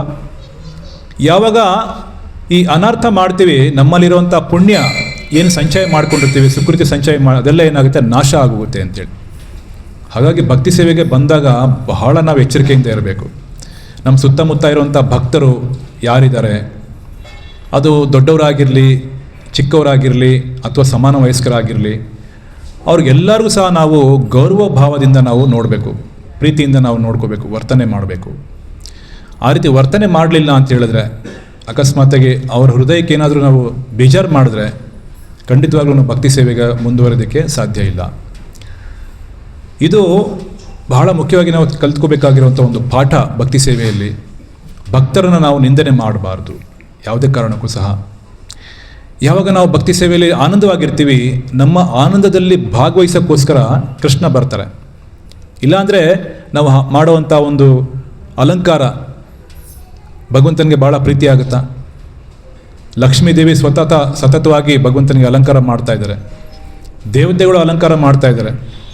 ಭಗವಂತನಿಗೇನು ಅಲಂಕಾರದ ಅಗತ್ಯನೇ ಇಲ್ಲ. ಅವನ ಇದೇ ಮೇಲೆ ಕೌಸ್ತುಭ ಹಾರ ಇದೆ, ಸುಂದರವಾದಂಥ ವನಮಾಲೆ ಇದೆ, ವಜ್ರಾಭರಣಗಳು ಅವನ ಶರೀರದಲ್ಲಿ ಶೋಭಿಸ್ತಾ ಇದ್ದಾವೆ. ಶಂಕುಚಕ್ರ ಗದಾ ಪದ್ಮ ಆಗಿ ಪೀತಾಂಬರಧಾರಿಯಾಗಿ ಅವನು ನಿತ್ಯವಾಗಿ ನೆಲೆಸಿದ್ದಾನೆ. ಅವನಿಗೇನು ಅಲಂಕಾರ ಬೇಕು? ಅವನು ನಿತ್ಯ ಭೂಷಣ ಆಗಿದ್ದಾನೆ. ಗಾಯನ ಮಾಡ್ತೀವಿ ಅಂತ ಹೇಳಿದ್ರೆ ನಾವು ಚೆನ್ನಾಗಿ ಹಾಡಬೇಕು ಅಂತ ಕೆಲವರು ನಾನು ಚೆನ್ನಾಗಿ ಹಾಡ್ತೀನಿ ಅಂತ ಅನ್ಕೋತಾರೆ. ಭಗವಂತನಿಗೆ ಹಾಡೋದಕ್ಕೆ ತುಂಬೂರು, ನಾರದ ಅಂತ ದೊಡ್ಡ ದೊಡ್ಡ ಗಾಯಕರು, ಗಂಧರ್ವರು ಸಹ ಹಾಡ್ತಾ ಇರ್ತಾರೆ. ಅವ್ರ ಹಾಡಿನ ಮುಂದೆ ನಮ್ಮ ಹಾಡು ಭಾಳ ದೊಡ್ಡದ? ಇಲ್ಲ. ಭಗವಂತನಿಗೆ ಪ್ರಸಾದವನ್ನು ಅಂದರೆ ನಾವು ನೈವೇದ್ಯ ಕೊಡ್ತೀವಿ. ಕೆಲವು ಸರಿ ಏನಾಗುತ್ತೆ, ನಾವು ಭಾಳ ಚೆನ್ನಾಗಿ ನೈವೇದ್ಯ ಕೊಡ್ತೀವಿ ಅನ್ನೋ ಒಂದು ಭಾವನೆ ನಮಗೆ ಬರುತ್ತೆ. ರಾಧಾರಾಣಿ ಪ್ರತಿದಿನ ಒಂದು ಹೊಸ ಅಡುಗೆಯನ್ನು ಮಾಡಿ ಭಗವಂತನ ನೈವೇದ್ಯ ಕೊಡ್ತಾರೆ. Every day is A special day. ಆ ರೀತಿ ನಾವು ಯಾರಾದರೂ ಮಾಡ್ತಾ ಇದ್ದೀವ? ಲಕ್ಷ್ಮೀ ಶತಸಹಸ್ರ ಸಂಭ್ರಮ ಸೇವ್ಯಮಾನಂ. ಭಗವಂತ ಲಕ್ಷ ಲಕ್ಷ ಲಕ್ಷ್ಮಿಯರಿಂದ ಸೇವೆ ಪಡ್ಕೊಂಡು ನಿತ್ಯ ತೃಪ್ತರಾಗಿದ್ದಾರೆ. ಅವ್ರಿಗೆ ಭೂಲೋಕಕ್ಕೆ ನಾವು ಕೊಡುವಂಥ ಕಿಚಡಿ ತಿನ್ನೋಕ್ಕೆ ಯಾಕೆ ಬರಬೇಕು? ಯಾಕೆ ಬರ್ತಾರೆ ಅಂದರೆ, ನಾವೆಲ್ಲ ಆನಂದವಾಗಿರಿದ್ರೆ, ಪರಸ್ಪರ ಆನಂದವಾಗಿದ್ದರೆ, ನಾವೆಲ್ಲ ಪ್ರತಿಯೊಬ್ಬರೂ ಸಹ ಸೌಮ್ಯ ಭಾವದಿಂದ, ಸಹೃದಯ ಭಾವದಿಂದ ಪ್ರತಿಯೊಬ್ಬರೂ ಸಹ ನಗ್ನಗ್ತ ನಾವು ಒಟ್ಟಾಗಿ ನಾವು ಭಕ್ತಿ ಸೇವೆ ಮಾಡಿದ್ರೆ, ಆ ಒಂದು ಆನಂದವನ್ನು ನೋಡಲಿಕ್ಕೋಸ್ಕರ ಕೃಷ್ಣ ಬರ್ತಾರೆ ಹೊರತು ಬೇರೆ ಏನು ಭಗವಂತನಿಗೆ ಬೇಕಾಗಿಲ್ಲ. ಹಾಗಾಗಿ ಭಕ್ತಿ ಸೇವೆಯಲ್ಲಿ ಬಹಳ ಮುಖ್ಯ ಆಗಿರೋದು ಭಕ್ತರ ಮಧ್ಯದಲ್ಲಿ ವಿಶೇಷವಾದಂಥ ಒಂದು ಗೌರವ ಭಾವನೆ, ಸಂಬಂಧ, ಒಂದು ಸೌಹಾರ್ದತೆ ಭಾಳ ಮುಖ್ಯ ಆಗಿದೆ. ಸೊ ಅದನ್ನು ನಾವು ಕಾಪಾಡಿಕೊಂಡು ಬಂದಿದ್ದೇ ಆದಲ್ಲಿ ಖಂಡಿತವಾಗ್ಲೂ ಭಗವಂತ ನಮ್ಮ ಆ ಸೇವೆಯನ್ನು ಸ್ವೀಕಾರ ಮಾಡಲಿಕ್ಕೆ ಬರ್ತಾರೆ. ಸೊ ಮಣಿಗ್ರೀವ ಮತ್ತು ನಳಕೂವರರ ಒಂದು ಕಥೆಯಲ್ಲೂ ಸಹ ಅದೇ ಆಗಿದ್ದು. ಅವ್ರಿಗೆ ಗೌರವ ಭಾವನೆ ಇಲ್ಲ, ಏನೋ ತಮ್ಮ ಒಂದು ವ್ಯವಸ್ಥೆ ಇತ್ತು, ಸೌಲಭ್ಯ ಇತ್ತು, ಅದರ ಬಗ್ಗೆ ಅವ್ರಿಗೆ ಅರಿವಿರಲಿಲ್ಲ. ಹಾಗಾಗಿ ಭಕ್ತರು ತಮ್ಮ ಗುಣವನ್ನು ಬೆಳೆಸ್ಕೊಳ್ಳೋಕ್ಕೋಸ್ಕರ ಭಕ್ತಿ ಸೇವೆ ಮಾಡಬೇಕು ಯಾವಾಗಲೂ ಅಂತ ಹೇಳ್ತಾರೆ. ನಾವು ಹೇಳ್ತೀವಿ ಭಕ್ತಿ ಸೇವೆಯಲ್ಲಿ ಭಾಳ ಮುಖ್ಯ ಆಗಿರೋದು ಯಾವುದು ಅಂತ ಕೇಳಿದಾಗ, ಏನು ನೀವು ಕೊಡ್ತೀವಿ ಅಂತ ಕೇಳಿದಾಗ ಕೆಲವರು ಹೇಳ್ತಾರೆ, ನನ್ನ ಸಮಯವನ್ನು ಕೊಡ್ತೀನಿ ನಾನು ಅಂತ. I have my time. ಪ್ರಭು ನಾನು ಸ್ವಲ್ಪ ಟೈಮ್ ಕೊಡ್ತೀನಿ, ಅಂದರೆ ಸ್ಯಾಟರ್ಡೇ ಸಂಡೇ ನನಗೆ ಆಫ್ ಇರುತ್ತೆ, ನಾನು ಬಂದು ದೇವಸ್ಥಾನದಲ್ಲಿ ನನ್ನ ಸಮಯವನ್ನು ಕೊಡ್ತೀನಿ ಅಂತ. ಇನ್ನೊಬ್ಬರು ಹೇಳ್ತಾರೆ, ಪ್ರಭು ನನಗೆ ಸ್ವಲ್ಪ ಕಲೆ ಇದೆ, ಸ್ಕಿಲ್ ಇದೆ, ಏನೋ ಒಂದು ಕಲೆ ಇದೆ, ಬೋರ್ಡ್ ಬರೆಯೋ ಕಲೆ ಇದೆ, ಅಥವಾ ಇನ್ನೇನೋ ಕಲೆ ಇದೆ, ಅಲಂಕಾರ ಮಾಡೋ ಕಲೆ ಇದೆ, ಆ ಕಲೆಯಿಂದ ನಾನು ಭಗವಂತನ ಸೇವೆಯಲ್ಲಿ ಉಪಯೋಗಿಸ್ತೀನಿ. ಇನ್ನೊಬ್ರು ಹೇಳ್ತಾರೆ, ಪ್ರಭು ನನಗೆ ಸಮಯನೂ ಇಲ್ಲ, ಮತ್ತು ನನ್ನಲ್ಲಿ ಏನು ಕಲೆನೂ ಇಲ್ಲ, ಮತ್ತು ನೀವೇನು ಮಾಡ್ತೀರಾ, ನಾನು ಹಣ ಕೊಡ್ತೀನಿ. ಏನು ಮಾಡ್ತಾಯಿದ್ದಾರೆ, ಸ್ವಲ್ಪ ಲಕ್ಷ್ಮೀ ಸಹಾಯವನ್ನು ಅವರು ಮಾಡ್ತಾಯಿದ್ದಾರೆ. ಈ ಮೂರರಲ್ಲಿ ಯಾವುದು ಉತ್ತಮ, ಯಾವುದು ಬೆಸ್ಟ್ ಇದೆ? ಯಾವುದು ಬೆಸ್ಟ್ ಇದೆ? ಸಮಯ. ಆಮೇಲೆ ಇನ್ನೂ ಬೇರೆದು ಬೆಸ್ಟ್ ಇಲ್ವಾ? ಅಂದರೆ ಸೇವೆ ಮಾಡೋಕ್ಕೆ ಬರ್ತಾರಲ್ಲ, ಅದು ಬೆಸ್ಟ್ ಅಲ್ವಾ? ಕಲೆಯವರು ಬೆಸ್ಟ್ ಅಲ್ವಾ? ಹಾಂ, ನಾನು ಹೇಳ್ತೀನಿ 4ನೇವ್ರು ಬೆಸ್ಟ್ ಅಂತ. 4ನೇವ್ರು ಯಾರು? ತಮ್ಮ ಹೃದಯವನ್ನು ಕೊಟ್ಟವರು. ಯಾರು ತಮ್ಮ ಹೃದಯವನ್ನು ಕೊಡ್ತಾರೋ ಅವ್ರು ಎಲ್ಲ ಕೊಡ್ತಾರೆ. ಸಮಯವನ್ನು ಕೊಡ್ತಾರೆ, ತಮ್ಮಲ್ಲಿರುವಂಥ ಕಲೆಯನ್ನು ಕೊಡ್ತಾರೆ, ಮತ್ತು ತಮ್ಮಲ್ಲಿರುವಂಥ ಧನವನ್ನು ಸಹ ಕೊಡ್ತಾರೆ. ಹಾಗಾಗಿ ಭಗವಂತನಿಗೆ ನಾವು ನಮ್ಮ ಹೃದಯವನ್ನು ಸಮರ್ಪಣೆ ಮಾಡಬೇಕು ಅಂತ ಹೇಳ್ತಾರೆ. ಕೃಷ್ಣ ಅದನ್ನೇ ಬಯಸ್ತಾ ಇದ್ದಾರೆ. ಮನ್ಮನಾಭವ ಮದ್ಭಕ್ತೋ ಮಧ್ಯಾಜಿ ಮಾಂ ನಮಸ್ಕರು. ಭಗವದ್ಗೀತೆಯಲ್ಲಿ ಸತತವಾಗಿ ನಿರಂತರವಾಗಿ ನಾವು ನೋಡ್ತೀವಿ, ಕೃಷ್ಣ ಏನು ಬಯಸ್ತಾ ಇದ್ದಾರೆ? ನಮ್ಮ ಮನಸ್ಸನ್ನು ಬಯಸ್ತಾ ಇದ್ದಾರೆ, ನಮ್ಮ ಹೃದಯವನ್ನು ಬಯಸ್ತಾ ಇದ್ದಾರೆ, ನಮ್ಮ ಪ್ರೇಮವನ್ನು ಬಯಸ್ತಾ ಇದ್ದಾರೆ. ನಮ್ಮಲ್ಲಿ ಕೃಷ್ಣನ ಕೊಡಲಿಕ್ಕೆ ಏನೇನಿಲ್ಲ, ಇಲ್ಲಿ ನಮ್ಮಲ್ಲಿ ಯಾವ ಐಶ್ವರ್ಯ ಇಲ್ಲ, ಬೇರೆ ಏನೂ ಇಲ್ಲ, ನಮಗೆ ಏನು ಕಲೆ ಕೂಡ ಇಲ್ಲ. ನಮ್ಮಲ್ಲಿ ಕಲೆ ಇದ್ದರೆ ಏನು ಸ್ವಲ್ಪ ಕಲೆ ಇದೆ ಅಷ್ಟೇ. ಆದರೆ ಆಧ್ಯಾತ್ಮಿಕ ಧಾಮದಲ್ಲಿ ಯಾರು ಭಕ್ತರಿದ್ದಾರಲ್ಲ ಅವ್ರಿಗಿರೋಷ್ಟು ಕಲೆ ನಮಗಿದೆಯಾ? ಇಲ್ಲ. ಅವ್ರು ಯಾವ ರೀತಿ ಭಗವಂತನ ಭಕ್ತಿ ಸೇವೆ ಮಾಡ್ತಾರೆ ಆ ಥರ ನಾವು ಮಾಡ್ತಾ ಇದ್ದೀವ? ಇಲ್ಲ. ನಮ್ಮಲ್ಲಿ ಏನು ಕೇಳ್ತಾ ಇದ್ದಾರೆ? ಭಗವಂತ ಮನಸ್ಸನ್ನು ಕೊಡು, ನಮ್ಮ ಮನಸ್ಸನ್ನು ಕೊಡಿ, ನಿಮ್ಮ ಜೀವನವನ್ನು ನನಗೆ ಸಮರ್ಪಣೆ ಮಾಡಿ ಅಂತ ಕೇಳ್ತಾ ಇದ್ದಾರೆ. ಅಷ್ಟೇ ನಾವು ಮಾಡಬೇಕಾಗಿರೋದು. ಯಾವಾಗ ನಮ್ಮ ಮನಸ್ಸನ್ನು ಸಮರ್ಪಣೆ ಮಾಡ್ತೀವಿ, ಮಿಕ್ಕಿದೆಲ್ಲ ಆಟೋಮೆಟಿಕ್ಕಾಗಿ ಎಲ್ಲ ಸಮರ್ಪಣೆ ಮಾಡ್ತೀವಿ ಅಂತ. ಸೊ ಹಾಗಾಗಿ ಈ ಅನರ್ಥಗಳು ನಮ್ಮಿಂದ ದೂರ ಆಗಬೇಕು ಅಂದರೆ ಇದೆಲ್ಲ ನಮಗೆ ಟಿಪ್ಸ್, ಇದೆಲ್ಲ ನಾವು ಅರ್ಥ ಮಾಡ್ಕೋಬೇಕು. ನಮ್ಮ ಮನಸ್ಸನ್ನು ನಾವು ಸದಾಕಾಲ ಭಗವಂತನ ಸ್ಮರಣೆಯಲ್ಲಿ ಇಟ್ಟಿರಬೇಕು, ಭಗವಂತನ ಸೇವೆಯಲ್ಲಿ ನಾವು ಮನಸ್ಸನ್ನು ತೊಡಗಿಸ್ಬೇಕು. ಜೊತೆಯಲ್ಲಿ ಭಕ್ತರ ಮಧ್ಯದಲ್ಲಿ ಬಹಳ ಸೌಹಾರ್ದಯುತವಾದಂಥ ಸಂಬಂಧವನ್ನು ನಾವು ಇಟ್ಕೋಬೇಕು. ಆವಾಗ ಭಕ್ತಿ ಸೇವೆಯಲ್ಲಿ ನಾವು ಬಹಳ ಚೆನ್ನಾಗಿ ಮುಂದುವರಿತೀವಿ ಅಂತ ಹೇಳ್ತೀವಿ. ಇದೇ ರೀತಿ ಇನ್ನೂ ಇಬ್ಬರು ರಾಕ್ಷಸರ ಬಗ್ಗೆ ನಾವು ಚರ್ಚೆ ಮಾಡ್ತಾ ಇದ್ವಿ. ನಳಕುವರ ಮತ್ತು ಮಣಿಗ್ರೀವ ಆದಮೇಲೆ ಇನ್ನೂ ಇಬ್ಬರು ರಾಕ್ಷಸರು ಚರ್ಚೆ ಮಾಡೋಣ ಇವತ್ತು. ವತ್ಸ್ಯಾಸುರ ಮತ್ತು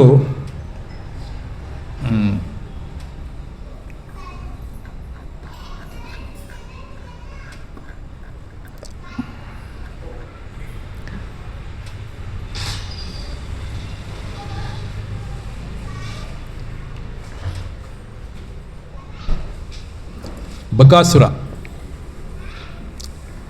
ಈ ವತ್ಸ್ಯಾಸುರಂದು ಕಥೆ ಏನಂದರೆ, ವತ್ಸ್ಯಾಸುರ ಒಂದು ಕರು ರೂಪದಲ್ಲಿ ಭಗವಂತನ ಸಂಹಾರ ಮಾಡೋಕ್ಕೆ ಬರ್ತಾರೆ. ವತ್ಸ್ಯ ಅಂದರೆ ಕಾಫ್ ಅಂತ ಹೇಳ್ತೀವಲ್ಲ, ಕರು ಸಾಮಾನ್ಯವಾಗಿ ನಾವು ನೋಡಿದಾಗ ಅದು ಹೇಗಿರುತ್ತೆ ಕರು? ಬಹಳ ಮುದ್ದಾಗಿರುತ್ತಲ್ಲ. ಅದನ್ನು ನೋಡಿದ ತಕ್ಷಣ ನಮ್ಗೆ ಏನು ಅನಿಸುತ್ತೆ? ಮುದ್ದು ಮಾಡಬೇಕು, ಅದರ ಹತ್ತಿರ ತೊಗೊಂಡು ನಾವು ಅದಕ್ಕೆ ನಾವು ಏನು ಮಾಡಬೇಕು? ಮಾಲಿಷ್ ಮಾಡಬೇಕು. ಆ ರೀತಿ ನಮ್ಗೆ ಏನು ಅನಿಸುತ್ತೆ? ಒಂದು ಪ್ರೇಮ ಭಾವ ನಮಗೆ ಬರುತ್ತೆ. ಇಲ್ಲಿ ಈ ವತ್ಸ್ಯಾಸುರ ಅವನು ಯೋಚನೆ ಮಾಡ್ತಾ ಇದ್ದಾನೆ, ಕೃಷ್ಣನಿಗೆ ನಾನು ಹೇಗಾದರೂ ಮಾಡಿ ಸಂಹಾರ ಮಾಡಬೇಕು. ಕಾರಣ ಏನು? ನನ್ನ ಬಾಸ್ ಯಾರಿದ್ದಾರೆ? ನನ್ನ ಬಾಸ್ ಯಾರು? ಕಂಸ. ಕಂಸನ ಆದೇಶದ ಮೇರೆಗೆ ಕೃಷ್ಣ ಸಂಹಾರ ಮಾಡಬೇಕು ಅಂತ ಹೊರಟಿರುವಾಗ ಕೃಷ್ಣ ಎಲ್ಲಿ ಸಿಗ್ತಾರೆ? ಕೃಷ್ಣ ಎಲ್ಲಿ ಕರುಗಳಿದೆಯೋ, ಎಲ್ಲಿ ಹಸುಗಳಿದೆಯೋ ಅಲ್ಲಿ ಸಿಗ್ತಾರೆ ಅಂತೇಳಿ ಅವನಿಗೆ ಗೊತ್ತಾಯಿತು. ಕೃಷ್ಣನಿಗೆ ಏನು ಪ್ರಾರ್ಥನೆ ಮಾಡ್ತಾರೆ ಎಲ್ಲರೂ? ಗೋಬ್ರಾಹ್ಮಣ ಹಿತಾಯಚ. ಕೃಷ್ಣನ ಪ್ರಾರ್ಥನೆ ಮಾಡ್ತೀವಲ್ಲ, ಕೃಷ್ಣಾಯ ವಾಸುದೇವಾಯ ದೇವಕಿನಂದನಾಯ ಚ ನಂದಗೋಪಕುಮಾರಾಯ ಗೋವಿಂದಾಯ ನಮೋ ನಮಃ. ಗೋಬ್ರಾಹ್ಮಣ ಹಿತಾಯ ಚ. ಗೋ ಮತ್ತು ಬ್ರಾಹ್ಮಣರಿಗೆ ಭಗವಂತ ಯಾವಾಗಲೂ ಸಹ ಆನಂದವನ್ನು ಕೊಡೋದಕ್ಕೆ ಕಾತರರಾಗಿರ್ತಾರೆ. ಸೊ ನಾನು ಕರುವಾಗಿ ಹೋದಾಗ ಕೃಷ್ಣ ನನಗೆ ಭಾಳ ಸುಲಭವಾಗಿ ಸಿಗ್ತಾರೆ, ನಾನು ಸಂಹಾರ ಮಾಡ್ಬೋದು ಅಂತೇಳಿ ವಿಚಾರ ಮಾಡ್ತಾಯಿದ್ದೆ. ಹಾಗಾಗಿ ಅವ್ನಿಗೇನು ಅಂದರೆ ಹುಡುಗ ಬುದ್ಧಿ ಅಂತ ಹೇಳ್ತಾರೆ. ಒಬ್ಬ ಅಪ್ರಬುದ್ಧ ಬಾಲಕ ಅಂದರೆ ಇಮ್ಮೆಚ್ಯೂರ್ ಅಂತ ಹೇಳ್ತೀವಲ್ಲ, ಇಮ್ಮೆಚ್ಯೂರಿಟಿ, ಬುದ್ಧಿ ಇನ್ನೂ ಮೆಚ್ಯೂರ್ ಆಗಿಲ್ಲ, ಆವಾಗಲೇ ಭಾಳ ದೊಡ್ಡ ದೊಡ್ಡ ಯೋಜನೆಗಳನ್ನು ನಾವು ಮಾಡ್ತೀವಿ. ಸೊ ಈ ಒಂದು ವತ್ಸ್ಯಾಸುರನಿಗೆ ಸಹ ಬುದ್ಧಿ ಏನಾಗಿತ್ತು ಅಂದರೆ ಇಮ್ಮೆಚ್ಯೂರ್ ಅಂತ ಹೇಳಿದ್ರೆ ಪ್ರಬುದ್ಧ ಸ್ಥಿತಿಯಲ್ಲಿ ಇರಲಿಲ್ಲ. ಒಂದು ಒಳ್ಳೆ ಮೆಚ್ಯೂರಿಟಿ ಸ್ಟೇಜಲ್ಲಿ ಅವ್ರದ್ದು ಬುದ್ಧಿ ಇರಲಿಲ್ಲ. ಮತ್ತು ಏನಾಯಿತು? ದುರಾಶೆ ಏನಂದರೆ ಕಂಸನಿಗೆ ಅಕಸ್ಮಾತಾಗಿ ನಾನು ಕೃಷ್ಣನ ಸಂಹಾರ ಮಾಡಿದ್ಮೇಲೆ ಕಂಸನ ಹತ್ರ ಹೋದರೆ ಕಂಸ ನನಗೆ ಸಮೃದ್ಧಿಯಾದಂಥ ಬಹುಮಾನಗಳನ್ನು ಕೊಡ್ತಾನೆ ಅಂತ ಒಂದು ದುರಾಶೆ ಅವನಲ್ಲಿ ಹುಟ್ಕೊಳ್ತು. ಹಾಗಾಗಿ ಈ ಅಪ್ರಬುದ್ಧ ಪರಿಸ್ಥಿತಿ ಅಂತ ಹೇಳಿದ್ರೆ ಇಮ್ಮೆಚ್ಯೂರ್ ಅಂತ ಹೇಳ್ತೀವಲ್ಲ, ಸ್ವಲ್ಪ ನಮಗೆ ಮೆಚ್ಯೂರಿಟಿ ಇಲ್ಲ. ಆ ಮೆಚ್ಯೂರಿಟಿ ಇಲ್ಲ ಸಂದರ್ಭದಲ್ಲಿ ನಾವೇನು ಮಾಡಬೇಕು? ಯಾವಾಗಲೂ ಅಷ್ಟೇ ಅಂಥ ಸಂದರ್ಭದಲ್ಲಿ ಹಿರಿಯರ ಮಾರ್ಗದರ್ಶನವನ್ನು ನಾವು ಪಡ್ಕೋಬೇಕು. ಕೆಲವು ಸರಿ ನಮ್ಗನ್ಸುತ್ತೆ ನಾವು ಭಾಳ ಬೆಳೆದಿದ್ದೀವಿ ಅಂಥೇಳಿ, ಭಾಳ ಬೆಳೆದಿದ್ದೀವಿ, ದೊಡ್ಡವರಾಗಿದ್ದೀವಿ ಅಂತ ತಿಳ್ಕೊತೀವಿ. ಆದರೆ ನಮ್ಮಲ್ಲಿ ಅಷ್ಟು ಪ್ರಬುದ್ಧತೆ ಬಂದಿರಲ್ಲ. ಅಂಥ ಸಂದರ್ಭದಲ್ಲಿ ನಾವು ಏನು ಮಾಡಬೇಕು? What should be our duty? ನಮಗೆ ಬುದ್ಧಿ ಇಲ್ಲ, ನಮಗೆ ಆ ಒಂದು ಸೇವೆಯನ್ನು ಮಾಡಲಿಕ್ಕೂ ಸಹ ಆಗಲ್ಲ. ಆ ಸಂದರ್ಭದಲ್ಲಿ ನಾವೇನು ಮಾಡಬೇಕು? ಹಿರಿಯರನ್ನು ಆಶ್ರಯ ಪಡಿಬೇಕು. ಇಲ್ಲ ಅಂದರೆ ಭಾಳ ಕಷ್ಟ ಆಗುತ್ತೆ. ನಾನೇ ಎಲ್ಲ ಮಾಡ್ತೀನಿ ಅಂತ ಮುಂದೆ ಹೋದರೆ ಅದು ಸಹ ಅಲ್ಲಿಯೂ ಸಹ ನಾವು ಅನರ್ಥಗಳನ್ನು ಮಾಡ್ತೀವಿ ಅನ್ನೋದು ಒಂದು ಪಾಠವನ್ನು ನಾವು ಕಲಿಬೇಕಾಗಿದೆ. ಅದು ದೊಡ್ಡವರಾಗಿರಲಿ, ಯಾರೇ ಆಗಿರಲಿ, ಸೀನಿಯರ್ ಡ್ಯೂಟೀಸ್ ಅಂತ ಹೇಳ್ತೀವಲ್ಲ, ಪ್ರತಿಯೊಬ್ಬ ಸೀನಿಯರ್ ಡ್ಯೂಟಿ ಹೋಗಿ ಅವ್ರ ಸೀನಿಯರ್ ಡ್ಯೂಟಿ ಹತ್ರ ಹೋಗಿ ತಮ್ಮ ವಿಚಾರವನ್ನು ಹೇಳ್ತಾರೆ, ಈ ಥರ ನಾನು ಮಾಡಬೇಕು ಅಂತಿದ್ದೀನಿ ಭಕ್ತಿ ಸೇವೆಯಲ್ಲಿ ಅಂತ. ಅವ್ರು ಹೇಳ್ತಾರೆ, ಆಯಿತು ಒಳ್ಳೆ ಆಲೋಚನೆ ಮಾಡಿ ಅಂತೇಳಿ. ಅಕಸ್ಮಾತಾಗಿ ನಮ್ಮ ಆಲೋಚನೆ ಸರಿ ಇಲ್ಲ ಅಂದರೆ ಅವ್ರೇನು ಹೇಳ್ತಾರೆ? ಹೀಗೆ ಮಾಡಬೇಡಿ, ನೀವು ಕೇರ್ಫುಲ್ ಆಗಿರಿ ಅಂತ ಹೇಳ್ತಾರೆ. ಇದು ಭಾಳ ವಿಶೇಷವಾಗಿ ನಾವು ಗಮನಿಸಬೇಕಾಗಿರೋಂಥ ಒಂದು ವಿಚಾರ. ಅಪ್ರಬುದ್ಧ ಮನಸ್ಥಿತಿಯಲ್ಲಿ ನಾವಿದ್ದಾಗ ನಮಗೆ ಮಾರ್ಗದರ್ಶನದ ಅಗತ್ಯ ಇದೆ ಅಂತ ನಾವು ತಿಳ್ಕೋಬೇಕು. ಒಂದು ಸರಿ ಚಿಕ್ಕ ಮಗ ಬಂದು ಅಮ್ಮನ ಕೇಳ್ತಾ ಇದ್ದಾನೆ, ಅಮ್ಮ ನಾನು ನಿನ್ನ ಪರ್ಮಿಷನ್ ಇಲ್ಲದೆ ಮನೆಯಿಂದ ಹೊರಗಡೆ ಹೋಗಿ ಸುತ್ತಾಡ್ಕೊಂಡು ಬರೋದಕ್ಕೆ ಎಷ್ಟು ದೊಡ್ಡವನಾಗಬೇಕು ಅಂತ, ಯಾವಾಗ ದೊಡ್ಡವನಾಗ್ತೀನಿ ಅಂತ. ಅಮ್ಮ ಹೇಳ್ತಾರೆ, ನಿಮ್ಮಪ್ಪನ ಅಷ್ಟು ದೊಡ್ಡವನಾಗಿಲ್ಲ ಅಂತ. ಅದೇ ನಿಮ್ಮಪ್ಪ ಕೂಡ ನಾನು ಪರ್ಮಿಷನ್ ಇಲ್ಲದೆ ಹೊರಗಡೆ ಹೋಗೋಕ್ಕಾಗಲ್ಲ, ನೀನೇನು ಹೋಗ್ತೀಯ ಅಂತೇಳಿ ಅವ್ರು ಹೇಳ್ತಾ ಇದ್ದಾರೆ. ನಿಮ್ಮಪ್ಪ ಕೂಡ ಮನೆಯಿಂದ ಹೊರಗಡೆ ಹೋಗ್ಬೇಕಾದ್ರೆ ನನ್ನ ಪರ್ಮಿಷನ್ ತೊಗೊಂಡೇ ಹೋಗಬೇಕು, ನೀನು ಇನ್ನೂ ಭಾಳ ಸಮಯ ಇದೆ ಅಂತ ಹೇಳ್ತಾರೆ. ಸೊ ಆ ರೀತಿ ಅಪ್ರಬುದ್ಧ ಪರಿಸ್ಥಿತಿ, ಮನ ಪರಿಸ್ಥಿತಿ ಅಂತ ಹೇಳಿದ್ರೆ, ಇವನು ಈ ವತ್ಸ್ಯಾಸುರ ಯೋಚನೆ ಮಾಡ್ತಾ ಇದ್ದಾನೆ, ನಾನು ಹೇಗೋ ಮಾಡಿ ಕೃಷ್ಣನ ಸಂಹಾರ ಮಾಡ್ತೀನಿ ಅಂತೇಳಿ. ಇದು ಭಾಳ ದೊಡ್ಡ ಅನರ್ಥವನ್ನು ಅವನು ಮಾಡ್ತಾ ಇದ್ದಾನೆ. ಕೃಷ್ಣ ಅವನನ್ನು ಸಂಹಾರ ಮಾಡಿ ಈ ಒಂದು ದುರ್ಗುಣವನ್ನು ಅವ್ರಿಗೆ ನಾಶ ಮಾಡ್ತಾರೆ. ಹೇಗೆ? ಕೃಷ್ಣನಿಗೆ ಅವರು ಸಂಹಾರ ಮಾಡೋದಕ್ಕೆ ಬೇರೆ ಏನು ಅಸ್ತ್ರಶಸ್ತ್ರಗಳೇನು ಬೇಕಾಗಿಲ್ಲ. ಕೃಷ್ಣನಿಗೆ ಅರ್ಥ ಆಯಿತು, ಈ ವತ್ಸ್ಯಾಸುರ ಬಂದಿದ್ದಾನೆ, ಬಂದು ಏನು ಮಾಡಿದ್ದಾನೆ, ಈ ಕರುಗಳಿರುವಂಥ ಒಂದು ಜಾಗದಲ್ಲಿ ಬಂದು ಆ ಕರುಗಳ ಮಧ್ಯದಲ್ಲಿ ಸೇರ್ಕೊಂಡ್ಬಿಟ್ಟಿದ್ದೇನೆ ಅಂತ ಗೊತ್ತಾಯಿತು. ಕೃಷ್ಣನಿಗೆ ಕಂಡುಹಿಡಿದು ಭಾಳ ಕಷ್ಟ ಏನಾಗಲ್ಲ. ಇದರಿಂದ ನಮ್ಗೆ ಏನು ಅರ್ಥ ಆಗುತ್ತೆ ಅಂತ ಹೇಳಿದ್ರೆ, ಕೆಲವು ಸರಿ ನಾವು ಯೋಚನೆ ಮಾಡ್ತೀವಿ, ನಾವು ಭಕ್ತರ ಮಧ್ಯದಲ್ಲಿ ಸೇರಿಕೊಂಡು ಗುಂಪಲ್ಲಿ ಗೋವಿಂದ ಅನ್ನಿಸ್ಕೊಂಡ್ಬಿಡೋಣ ಅಂತ ಅಲ್ವಾ? ಕೆಲವು ಸರಿ ನಮಗೂ ಆ ಥರ ಮನಸ್ಸು ಬರುತ್ತೆ. ಯಾರಿಗಾದ್ರೂ ಬಂದಿದೆಯಾ? ಯಾರಿಗೆ ಬಂದಿದೆ? ನನಗಂತೂ ಬಂದಿದೆ. ಗುಂಪಲ್ಲಿ ಗೋವಿಂದ ಅನಿಸೋಣ ಅಂತಂದರೆ ಎಲ್ಲ ಭಕ್ತರು ಜೊತೆಲಿದ್ದಾರೆ, ನಾವು ಜೊತೆಲಿ ಇದ್ಕೊಂಡು ಮುಂದೆ ಹೋಗೋಣ ಅಂತೇಳಿ. ಸರಿ ಇದೆ, ಭಕ್ತರ ಮಧ್ಯದಲ್ಲಿ ಇರೋದು ಸರಿ ಇದೆ. ಆದರೆ ಭಕ್ತರ ಮಧ್ಯದಲ್ಲಿ ನಾವು ದುರಾಲೋಚನೆ ಇಟ್ಕೊಂಡು ಮುಂದೆ ಹೋಗೋದಕ್ಕೆ ಸಾಧ್ಯ ಇಲ್ಲ. ನಮ್ಮ ಮನಸ್ಸನ್ನು ಭಗವಂತ ಬೇಗ ಅರ್ಥ ಮಾಡ್ಕೋಬೋದು. ನೋಡಿ, ಯಾರಿಗೆ ಏನೇ ಒಂದು ಅರ್ಥ ಆಗಲಿಲ್ಲ ಅಂದರೂ ಕೂಡ ಭಗವಂತನಿಗೆ ನಮ್ಮ ಮನಸ್ಸು ಅರ್ಥ ಮಾಡ್ಕೊಳ್ಳೋದಕ್ಕೆ ಏನೂ ಭಾಳ ಕಷ್ಟ ಆಗೋದಿಲ್ಲ. ಭಗವಂತ ಎಲ್ಲರ ಹೃದಯದಲ್ಲಿ ವಾಸ ಮಾಡ್ತಾ ಇರೋದ್ರಿಂದ ಅವರು ಎಲ್ಲರ ಮನಸ್ಸನ್ನು ಭಾಳ ಸುಲಭವಾಗಿ ಅರ್ಥ ಮಾಡ್ಕೋಬೋದು. ಕಷ್ಟ ಆಗುತ್ತಾ ಭಗವಂತನಿಗೆ ಅರ್ಥ ಮಾಡ್ಕೊಳ್ಳೋದು? ಇಲ್ಲ, ಕಷ್ಟ ಆಗಲ್ಲ. ಭಗವಂತ ಯಾಕೆ ಅರ್ಥ ಮಾಡ್ಕೋತಾರೆ ಅಂತ ಹೇಳಿದ್ರೆ, ಸರ್ವಾಂತರ್ಯಾಮಿ ಸರ್ವಸ್ಯ ಚಾಹಂ ಹೃದಯ ಸನ್ನಿವಿಷ್ಟು ಮತ್ತ ಸ್ಮೃತಿ ಜ್ಞಾನಮಾಪೋಹನಂಚ. ಎಲ್ಲರ ಹೃದಯದಲ್ಲಿ ಕೃಷ್ಣ ವಾಸ ಮಾಡ್ತಾ ಇರೋದ್ರಿಂದ ನಾವು ಎಷ್ಟು ಮಟ್ಟಿಗೆ ಭಕ್ತಿ ಸೇವೆ ಮಾಡ್ತಾ ಇದ್ದೀವಿ ಅಂತ ಭಗವಂತನಿಗೆ ಭಾಳ ಚೆನ್ನಾಗಿ ಗೊತ್ತಾಗ್ಬಿಡುತ್ತೆ. ನಾವು ಏನು ಐಡೆನ್ಸಿ ಗೇಮ್ ಮಾಡೋಕ್ಕಾಗಲ್ಲ. ನಾನು ಎಷ್ಟು ದೊಡ್ಡವನಾಗಿದ್ದೀನಿ ಭಕ್ತಿ ಸೇವೆಯಲ್ಲಿ, ಅಷ್ಟು ದೊಡ್ಡವನಾಗಿದ್ದೀನಿ, ಏನು ಭಗವಂತನ ಯೋಜನೆ ಮುಂದೆ ನಡೆಯೋದಿಲ್ಲ. ಭಗವಂತನಿಗೆ ಭಾಳ ಸ್ಪಷ್ಟವಾಗಿ ಅರ್ಥ ಆಗ್ಬಿಡುತ್ತೆ. ಹಾಗಾಗಿ ನಾವು ಭಕ್ತಿ ಸೇವೆ ಮಾಡ್ತಾ ಇದ್ದೀವಿ, ನಮ್ಮ ಅಪ್ರಬುದ್ಧ ಪರಿಸ್ಥಿತಿ ಒಂದು ಬುದ್ಧಿಯಲ್ಲಿ ನಾವು ಇದ್ದಾಗ ಹಿರಿಯರ ಮಾರ್ಗದರ್ಶನದಲ್ಲಿ ನಾವು ಹೋಗಬೇಕಾಗುತ್ತೆ. ಭಗವಂತನಿಗೆ ಇದು ಅರ್ಥ ಆಗೋಯ್ತು, ಈ ವತ್ಸ್ಯಾಸುರ ಬಂದಿದ್ದಾನೆ, ಇವನು ಏನೋ ಒಂದು ಯೋಜನೆ ಇಟ್ಕೊಂಡು ಬಂದಿದ್ದಾನೆ ಅಂತೇಳಿ ನಿಧಾನಕ್ಕೆ ಹೋಗಿ ಆ ವತ್ಸ್ಯಾಸುರನ ಹಿಂದ್ಗಡೆ ಕಾಲು ಹಿಡ್ಕೊಂಡು ಭಗವಂತ ಸುತ್ತುತ್ತಾರೆ. ಯಾವ ಥರ ಸುತ್ತುತ್ತಾರೆ ಅಂತ ಹೇಳಿದ್ರೆ, ಮಕ್ಕಳು ಗಿರಿಗಿಟ್ಲೆ ಸುತ್ತಾರಲ್ಲ, ಕೈಲಿ ಒಂದು ಬುಗುರಿ ಥರ ಇರುತ್ತೆ ನೋಡಿ, ಆ ಥರ ಬುಗುರಿನ ಯಾವ ಥರ ಸುತ್ತುತ್ತಾರೆ, ಆ ಥರ ವತ್ಸ್ಯಾಸುರನ ಭಗವಂತ ಸುತ್ತಿ, ಆ ಸುತ್ತೋ ಅಷ್ಟಲ್ಲೇ ಅವನು ಪ್ರಾಣ ಹೊಟ್ಟೋಗುತ್ತೆ. ಅವ್ನು ಸುತ್ತಿ ಬಿಸಾಕಬೇಕಾಗಿಲ್ಲ, ಕೃಷ್ಣ ಸುತ್ತೋ ಸಮಯದಲ್ಲಿ ಅವನ ಪ್ರಾಣ ಹೊಟ್ಟೋಯ್ತು. ಆಗ ಆ ಮೃತ ದೇಹವನ್ನು ತೆಗೆದು ಒಂದು ಮರದ ಮೇಲೆ ಎಸಿತಾರೆ ಕೃಷ್ಣ. ಆ ರೀತಿ ಇದರಿಂದ ನಮ್ಗೆ ಏನು ಅರ್ಥ ಆಗ್ತಾ ಇದೆ ಅಂತ ಹೇಳಿದ್ರೆ, ನಮ್ಮಲ್ಲಿರುವಂಥ ಒಂದು ಅಪ್ರಬುದ್ಧ ಪರಿಸ್ಥಿತಿಯಲ್ಲಿ ನಾವೇನಾದರೂ ಈ ಒಂದು ಡಿಸಿಷನ್ಗಳನ್ನ ಮಾಡ್ತೀವಿ, ಇದು ಹೀಗೆ ಇದು ಹಾಗೆ ಅಂತ ನಾವು ನಿರ್ಧಾರಗಳನ್ನ ತಗೋತೀವಿ, ಭಗವಂತ ಅದನ್ನು ಮೆಚ್ಚೋದಿಲ್ಲ. ಯಾವಾಗಲೂ ಸಹ ನಾವು ಏನೇ ಒಂದು ಭಕ್ತಿ ಸೇವೆಯಲ್ಲಿ ಮುಂದುವರಿತಾ ಇದ್ದೀವಿ ಅಂತ ಹೇಳಿದ್ರೆ ಹಿರಿಯರ ಮಾರ್ಗದರ್ಶನವನ್ನು ನಾವು ಪಡ್ಕೋಬೇಕು ಅನ್ನೋದು ನಮಗೆ ಇದರಿಂದ ಗೊತ್ತಾಗ್ತಾ ಇದೆ. ಈ ದುರಾಶೆಯ ಬುದ್ಧಿಯನ್ನು ಸಹ ಭಗವಂತ ಇದರಿಂದ ನಾಶ ಮಾಡ್ತಾ ಇದ್ದಾರೆ ಅಂತ ಹೇಳ್ತಾರೆ. ಹಾಗಾಗಿ ಈ ಲೀಲೆಯಲ್ಲಿ ನಾವು ಕಲ್ತ್ಕೋಬೇಕಾಗಿರೋ ಪಾಠ ಏನಂದರೆ, ನಾವು ಮೆಚ್ಯೂರಿಟಿ ಪಡಿಬೇಕು, ಅಂದರೆ ಪ್ರಬುದ್ಧ ಸ್ಥಿತಿಗೆ ಬರಬೇಕು. ಅದಕ್ಕೆ ಏನು ಎರಡು ಮುಖ್ಯವಾದಂಥ ಸಂಗತಿಯನ್ನು ಹೇಳ್ತಾರೆ ಅಂತ ಹೇಳಿದ್ರೆ, ಪ್ರಬುದ್ಧ ಸ್ಥಿತಿಗೆ ಬರೋದಕ್ಕೆ ಮೊದಲನೇದಾಗಿ ಶರಣಾಗತಿ ಅಂತ ಹೇಳ್ತಾರೆ. ಶರಣಾಗತಿ ಅಂದರೆ ಭಕ್ತರಲ್ಲಿ ನಾವು ಶರಣಾಗತಿ ತಗೋಬೇಕು. ಯಾರು ನಮಗೆ ಸಲಹುತ್ತಾ ಇದ್ದಾರೋ, ನಮಗೆ ಈ ಭಕ್ತಿ ಸೇವೆಯಲ್ಲಿ ನಮಗೆ ಪೋಷಣೆ ಕೊಡ್ತಾ ಇದ್ದಾರೋ ಅವ್ರಿಗೆ ನಾವು ಶರಣಾಗತಿ ತಗೋಬೇಕು. ಅದು ಶಿಕ್ಷಾ ಗುರು ಆಗಿರ್ಬೋದು ಅಥವಾ ದೀಕ್ಷಾ ಗುರು ಆಗಿರ್ಬೋದು, ಅವರ ಮಾರ್ಗದರ್ಶನವನ್ನು ನಾವು ಸ್ವೀಕಾರ ಮಾಡಬೇಕು ಅಂತ ಹೇಳ್ತಾರೆ. ಏಕೆ ಅಂತ ಹೇಳಿದ್ರೆ, ಕೆಲವು ಸರಿ ನಮ್ಗೆ ಅನಿಸುತ್ತೆ ನಾವು ಭಾಳ ದೊಡ್ಡವರಾಗಿದ್ದೀವಿ ಅಂತ. ಇಲ್ಲ, ಎಲ್ಲ ಸಂದರ್ಭದಲ್ಲಿ ಕೂಡ ನಮ್ಮ ಬುದ್ಧಿ ಅಪ್ರಬುದ್ಧ ಸ್ಥಿತಿಯಲ್ಲೇ ಇರುತ್ತೆ. ಅದನ್ನು ನಿವಾರಣೆ ಮಾಡೋದು ಹೇಗೆ ಅಂತ ಹೇಳಿದ್ರೆ ಶರಣಾಗತಿಯಿಂದ ಮಾತ್ರ ಸಾಧ್ಯ. ಹಿರಿಯ ಭಕ್ತರಿಗೆ ನಾವು ಹೇಗೆ ಶರಣಾಗತಿಯಾಗಿ ಅವರ ಮಾರ್ಗದರ್ಶನದಲ್ಲಿ ನಾವು ಮುಂದೆ ಹೋದಾಗ ಭಾಳ ಚೆನ್ನಾಗಿ ನಾವು ಭಕ್ತಿ ಸೇವೆಯನ್ನು ಮಾಡ್ಬೋದು. ಯಾವುದೇ ಕಾರಣಕ್ಕೂ ನಾವು ಯೋಚನೆ ಮಾಡಬಾರ್ದು, ಇವತ್ತು ನಾನು ತುಂಬ ಮೆಚ್ಯೂರ್ ಆಗಿದ್ದೀನಿ, ಇನ್ಮೇಲೆ ನನಗೆ ಯಾರ್ದು ಮಾರ್ಗದರ್ಶನ ಬೇಕಾಗಿಲ್ಲ ಅಂತ. ಅದು ಭಾಳ ದೊಡ್ಡ ಅನರ್ಥ ನಾವು ಜೀವನದಲ್ಲಿ ತಂದ್ಕೋತೀವಿ. ಭಕ್ತಿ ಸೇವೆಯಲ್ಲಿ ಭಾಳ ದೊಡ್ಡ ತೊಡಕಾಗುತ್ತೆ. ಮತ್ತು ಮುಂದಿನ ಒಂದು ಕಥೆಗೆ ನಾವು ಹೋಗೋದಾದರೆ, ಬಕಾಸುರ ಅವನು ಕುತಂತ್ರದಿಂದ, ಬಹಳ ಕುತಂತ್ರ ಮಾಡಿ ದ್ವಂದ್ವದಿಂದ ಮೋಸ ಮಾಡುವಂಥ ಬುದ್ಧಿ ಇಟ್ಕೊಂಡು ಕೃಷ್ಣನ ಸಂಹಾರ ಮಾಡಲಿಕ್ಕೆ ಬರ್ತಾರೆ. ನೋಡಿ, ಈ ದುರ್ಗುಣಗಳು ನಮಗೆ ಯಾಕೆ ಬರ್ತಾ ಇದೆ? ಮೊದಲನೇದಾಗಿ ಈ ಅವಗುಣಗಳು ಯಾಕೆ ಬರ್ತಾ ಇದೆ ಅಂದರೆ, ನಾವು ಕೃಷ್ಣನನ್ನು ಮರ್ತಿರೋವಂಥ ಒಂದು ಸಂದರ್ಭದಿಂದ ಮಾತ್ರ ಬರ್ತಾ ಇದೆ. ನಮ್ಮ ನಿಜವಾದ ಉದ್ದೇಶ ಗೊತ್ತಿಲ್ಲ, ನಮ್ಮ ಜೀವನದ ನಿಜವಾದ ಉದ್ದೇಶವನ್ನು ಮರ್ತೋಗಿದ್ದೀವಿ. ಅದಕ್ಕೆ ಭಾಗವತಮಲ್ಲಿ ಹೇಳ್ತಾರೆ, ನತೆ ಸ್ವಾರ್ಥ ಗತಿಮಿ ವಿಷ್ಣುಂ ದುರಾಶಯ ಬಹಿರರ್ಥ ಮಾನಿನಃ. ಅಂದರೆ ನಮ್ಮ ಸ್ವಾರ್ಥ ಯಾವುದ್ರಲ್ಲಿದೆ, ನಮ್ಮ ಹಿತ ಯಾವುದ್ರಲ್ಲಿದೆ ಅನ್ನೋ ನಮಗೆ ಗೊತ್ತಿಲ್ಲ.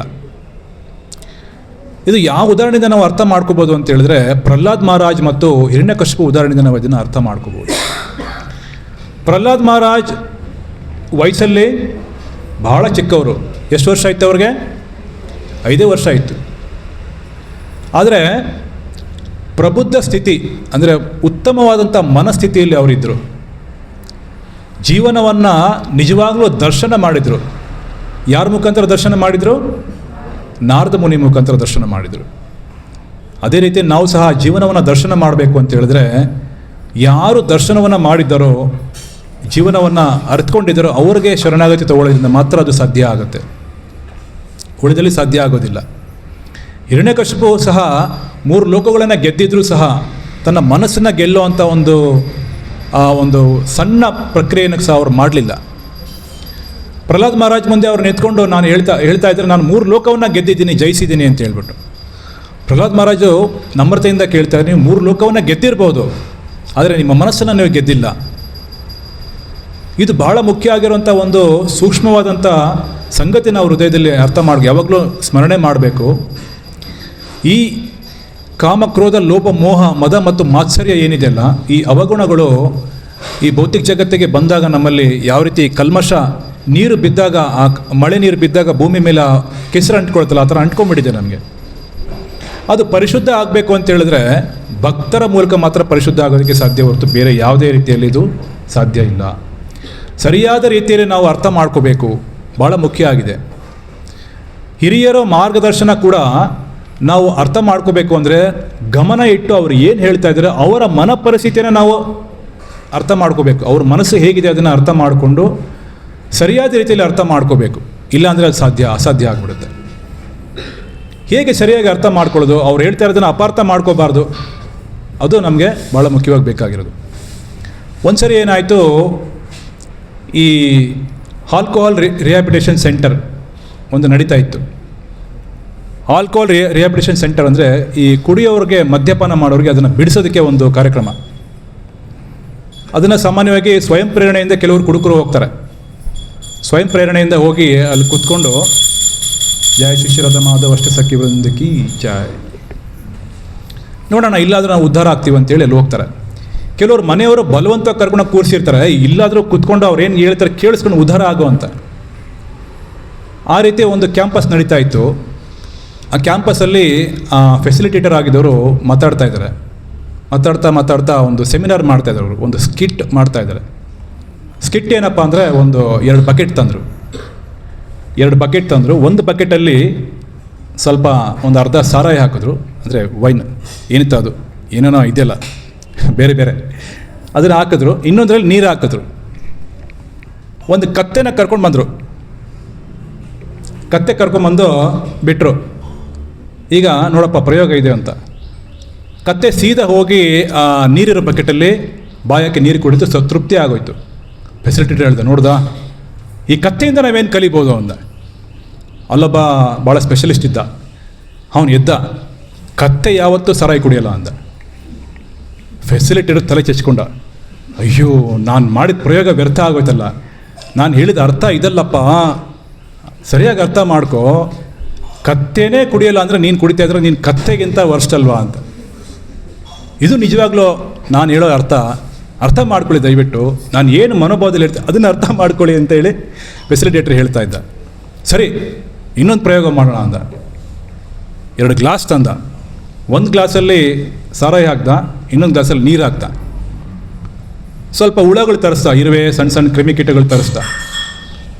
2 ಗ್ಲಾಸಲ್ಲಿ ಸ್ವಲ್ಪ ಕ್ರಿಮಿಕೀಟಗಳನ್ನ ಬಿಟ್ಟ. ನೀರಲ್ಲಿ ಬಿಟ್ಟಿದ್ದ ಕ್ರಿಮಿಕೀಟಗಳು ಹೇಗೋ ಸ್ವಲ್ಪ ತೇಲ್ಕೊಂಡು ಆಚೆ ಬಂದುಬಿಟ್ವು. ಆ ಸಾರಾಯಲ್ಲಿ ಬಿಟ್ಟಿದ್ದ ಕ್ರಿಮಿಕೀಟಗಳು ಅಲ್ಲೇ ಒದ್ದಾಡಿ ಸತ್ತೋಯ್ತು. ಇದರಿಂದ ನಿಮ್ಗೇನು ಅರ್ಥ ಆಗುತ್ತೆ ಅಂತ ಹೇಳ್ದ. ಮತ್ತೆ ಅವನೇ ಎದ್ದ, ತುಂಬ ಅಗ್ರೆಸಿವ್ ಅವನು. ಹೇಳ್ದ, ನೋಡಿ ಹುಳಗಳು ಸಾಯ್ತಾ ಇದೆ ಅಂದರೆ ನಮ್ಮ ಹೊಟ್ಟೆಲಿ ಹುಳಗಳು ಇರ್ತವೆ, ಸತ್ತೋಗ್ತೇವೆ ಅವು. ನಮ್ಮ ಹೊಟ್ಟೆಲಿರೋ ಹುಳಗಳನ್ನ ಸಾಯಿಸುತ್ತೆ, ಅದಕ್ಕೆ ನಾವು ಕುಡಿಬೇಕು ಅಂತ. ಇವನಿಗೆ ಏನು ಆಗಬೇಡ, ಅವನು ಇರೋದು ಇದನ್ನು ಬಿಡಿಸೋಕ್ಕೆ. ಇವನು ಅದನ್ನು ವ್ಯತಿರಿಕ್ತವಾಗಿ ಮಾತಾಡ್ತಾ ಇದ್ದಾನಲ್ಲ. ಅವನು ಹೇಳ್ದ, ಅಲ್ಲಯ್ಯ ನಾನು ಏನಕ್ಕೆ ಹೇಳ್ತಾ ಇದ್ದೀನಿ ಅಂತ ಹೇಳಿದ್ರೆ, ಹುಳಗಳೇ ಬದುಕಲ್ಲ ಅಂದರೆ ಮನುಷ್ಯ ಬದುಕ್ತಾನ? ಇವತ್ತೊಂದು ಹುಳದ ಔಷಧಿ ಇದ್ದಂಗೆ. ನೀನು ಪಾಯ್ಸನ್ ಕುಡಿತೀಯಾ? ಇಲ್ಲ ತಾನೇ. ಅದೇ ರೀತಿ ಇದು ಪಾಯ್ಸನ್ ಥರಪ್ಪ, ಕುಡಿಬಾರ್ದು ಅಂಥೇಳಿ ಅವನು ಸಮಜಾಯಿಷಿ ಕೊಡ್ತಾ ಇದ್ದ. ಸೊ ಈ ರೀತಿ ಭಾಗವತಂ ಸ್ಪೀಕರ್ ಏನೋ ಒಂದು ವಿಚಾರ ಹೇಳ್ತಾರೆ, ಅದನ್ನು ನಮ್ಮ ದೃಷ್ಟಿಕೋನದಿಂದ ನಮ್ಮ ಆಯಾಮದಿಂದ ನಾವು ನೋಡೋದಲ್ಲ.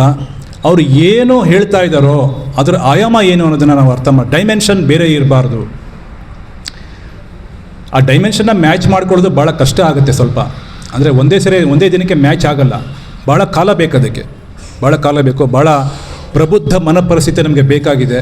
ಅದು ಬಂದರೆ ಮಾತ್ರ ನಾವು ಏನು ಭಾಗವತಂ ಏನು ಹೇಳ್ತಾ ಇದ್ದಾರೋ ಅದನ್ನು ನಾವು ಸರಿಯಾಗಿ ಅರ್ಥ ಮಾಡಿಕೊಂಡು ಜೀವನದಲ್ಲಿ ಅಳವಡಿಸ್ಕೊಳ್ಳೋಕ್ಕೆ ಪ್ರಯತ್ನ ಪಡ್ತಾ ಇದ್ದೀವಿ. ಇದೆಲ್ಲ ಏನಂದರೆ ಕಾಲಕ್ರಮೇಣ ನಡೆಯುವಂಥದ್ದು, ಒಂದೇ ದಿನಕ್ಕೆ ಬರುವಂಥದ್ದು ಅಲ್ಲ ಅನ್ನೋದನ್ನು ನಾವು ಅರ್ಥ ಮಾಡ್ಕೋಬೇಕಾಗಿದೆ. ಒಂದೇ ದಿನಕ್ಕೆ ಬರುವಂಥದ್ದಲ್ಲ. ಸರಿ, ಇದಕ್ಕೆ ರೆಮಿಡಿ ಏನು? ನಮಗೆ ಸರಿಯಾಗಿ ಅರ್ಥ ಆಗ್ತಾ ಇಲ್ಲ. ಇದಕ್ಕೆ ರೆಮಿಡಿ ಏನಂದರೆ ಮತ್ತೆ ನಾವು ಶ್ರದ್ಧೆಯಿಂದ ಕೇಳಿಸ್ಕೊಳ್ಳೋದೆ. ಎಷ್ಟು ಶ್ರದ್ಧೆಯಿಂದ ನಾವು ಕೇಳಿಸ್ಕೊಳ್ತೀವೋ, ಎಷ್ಟು ಶ್ರದ್ಧೆಯಿಂದ ನಾವು ಅದನ್ನು ನಮ್ಮ ಜೀವನದಲ್ಲಿ ಅಳವಡಿಸ್ಕೊಳ್ಳೋಕ್ಕೆ ಪ್ರಯತ್ನ ಪಡ್ತೀವೋ, ಅಷ್ಟೇ ನಮಗೆ ವಸ್ತುಗಳು, ಅದು ವಿಷಯಗಳು ನಮಗೆ ಅರ್ಥ ಆಗುತ್ತೆ. What is the science? Science ಅಂದರೆ ಏನು? ಸೈನ್ಸ್ ಅಂದರೆ to know the things as they R.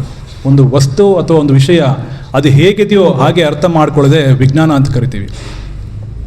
So ಅಂಥ ವಿಜ್ಞಾನವನ್ನು ನಾವು ಅರ್ಥ ಮಾಡ್ಕೋಬೇಕು, ವಿಜ್ಞಾನವನ್ನು ತಿಳ್ಕೋಬೇಕು ಅಂತ ಹೇಳಿದ್ರೆ ನಮಗೆ ಗುರುಗಳ ಆಶ್ರಯ ಬೇಕು. ತದ್ವಿಜ್ಞಾನಾರ್ಥಂ ಸಗುರುಂ ಏವಾಭಿಗಚ್ಚೇತ್.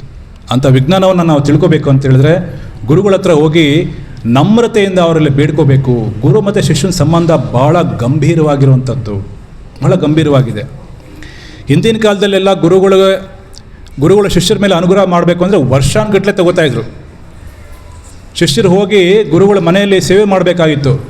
ಅವ್ರ ಮನೆ ಕೊಟ್ಟಿಗೆ ತೊಳೆಯುವಂಥದ್ದು, ಅವ್ರ ಮನೆಯಲ್ಲಿ ಎಲ್ಲ ಥರದ್ದು ಸೇವೆ ಮಾಡುವಂಥದ್ದು, ಅಡುಗೆ ಮನೆ ಕ್ಲೀನ್ ಮಾಡುವಂಥದ್ದು, ಅಡುಗೆ ಮಾಡುವಂಥದ್ದು, ನೀರು ತರುವಂಥದ್ದು, ಕಟ್ಟಿಗೆ ತರುವಂಥದ್ದು, ಇದೆಲ್ಲ ಕೆಲಸ ಮಾಡಿ ಒಂದು 10-15 ವರ್ಷ ಅವರು ಈ ಥರ ಸೇವೆ ಮಾಡಿದ್ಮೇಲೆ ಯಾವಾಗ ಗುರುಗಳಿಗೆ ಅಪ್ಪ ಇವರು ಚೆನ್ನಾಗಿ ಮಾಡ್ತಾ ಇದ್ದಾನಲ್ಲ, ಅದು ಏನು ಕಂಪ್ಲೇಂಟ್ ಹೇಳಿದ್ರೆ ಇಲ್ಲ, ಮಾಡ್ತಾನೆ ಕಂಪ್ಲೇಂಟ್ ಹೇಳಿದ್ರೆ ಗುರುಗಳೇ ಅವನು ಹೀಗೆ ಮಾಡ್ದ ಕಂಪ್ಲೇಂಟ್ ಹೇಳೋದು, ಮತ್ತು ಒಳ ಜಗಳ ಮಾಡೋದು, ಈ ಥರ ಇದ್ದಾಗ ಗುರು ಅನುಗ್ರಹ ಇಲ್ಲ.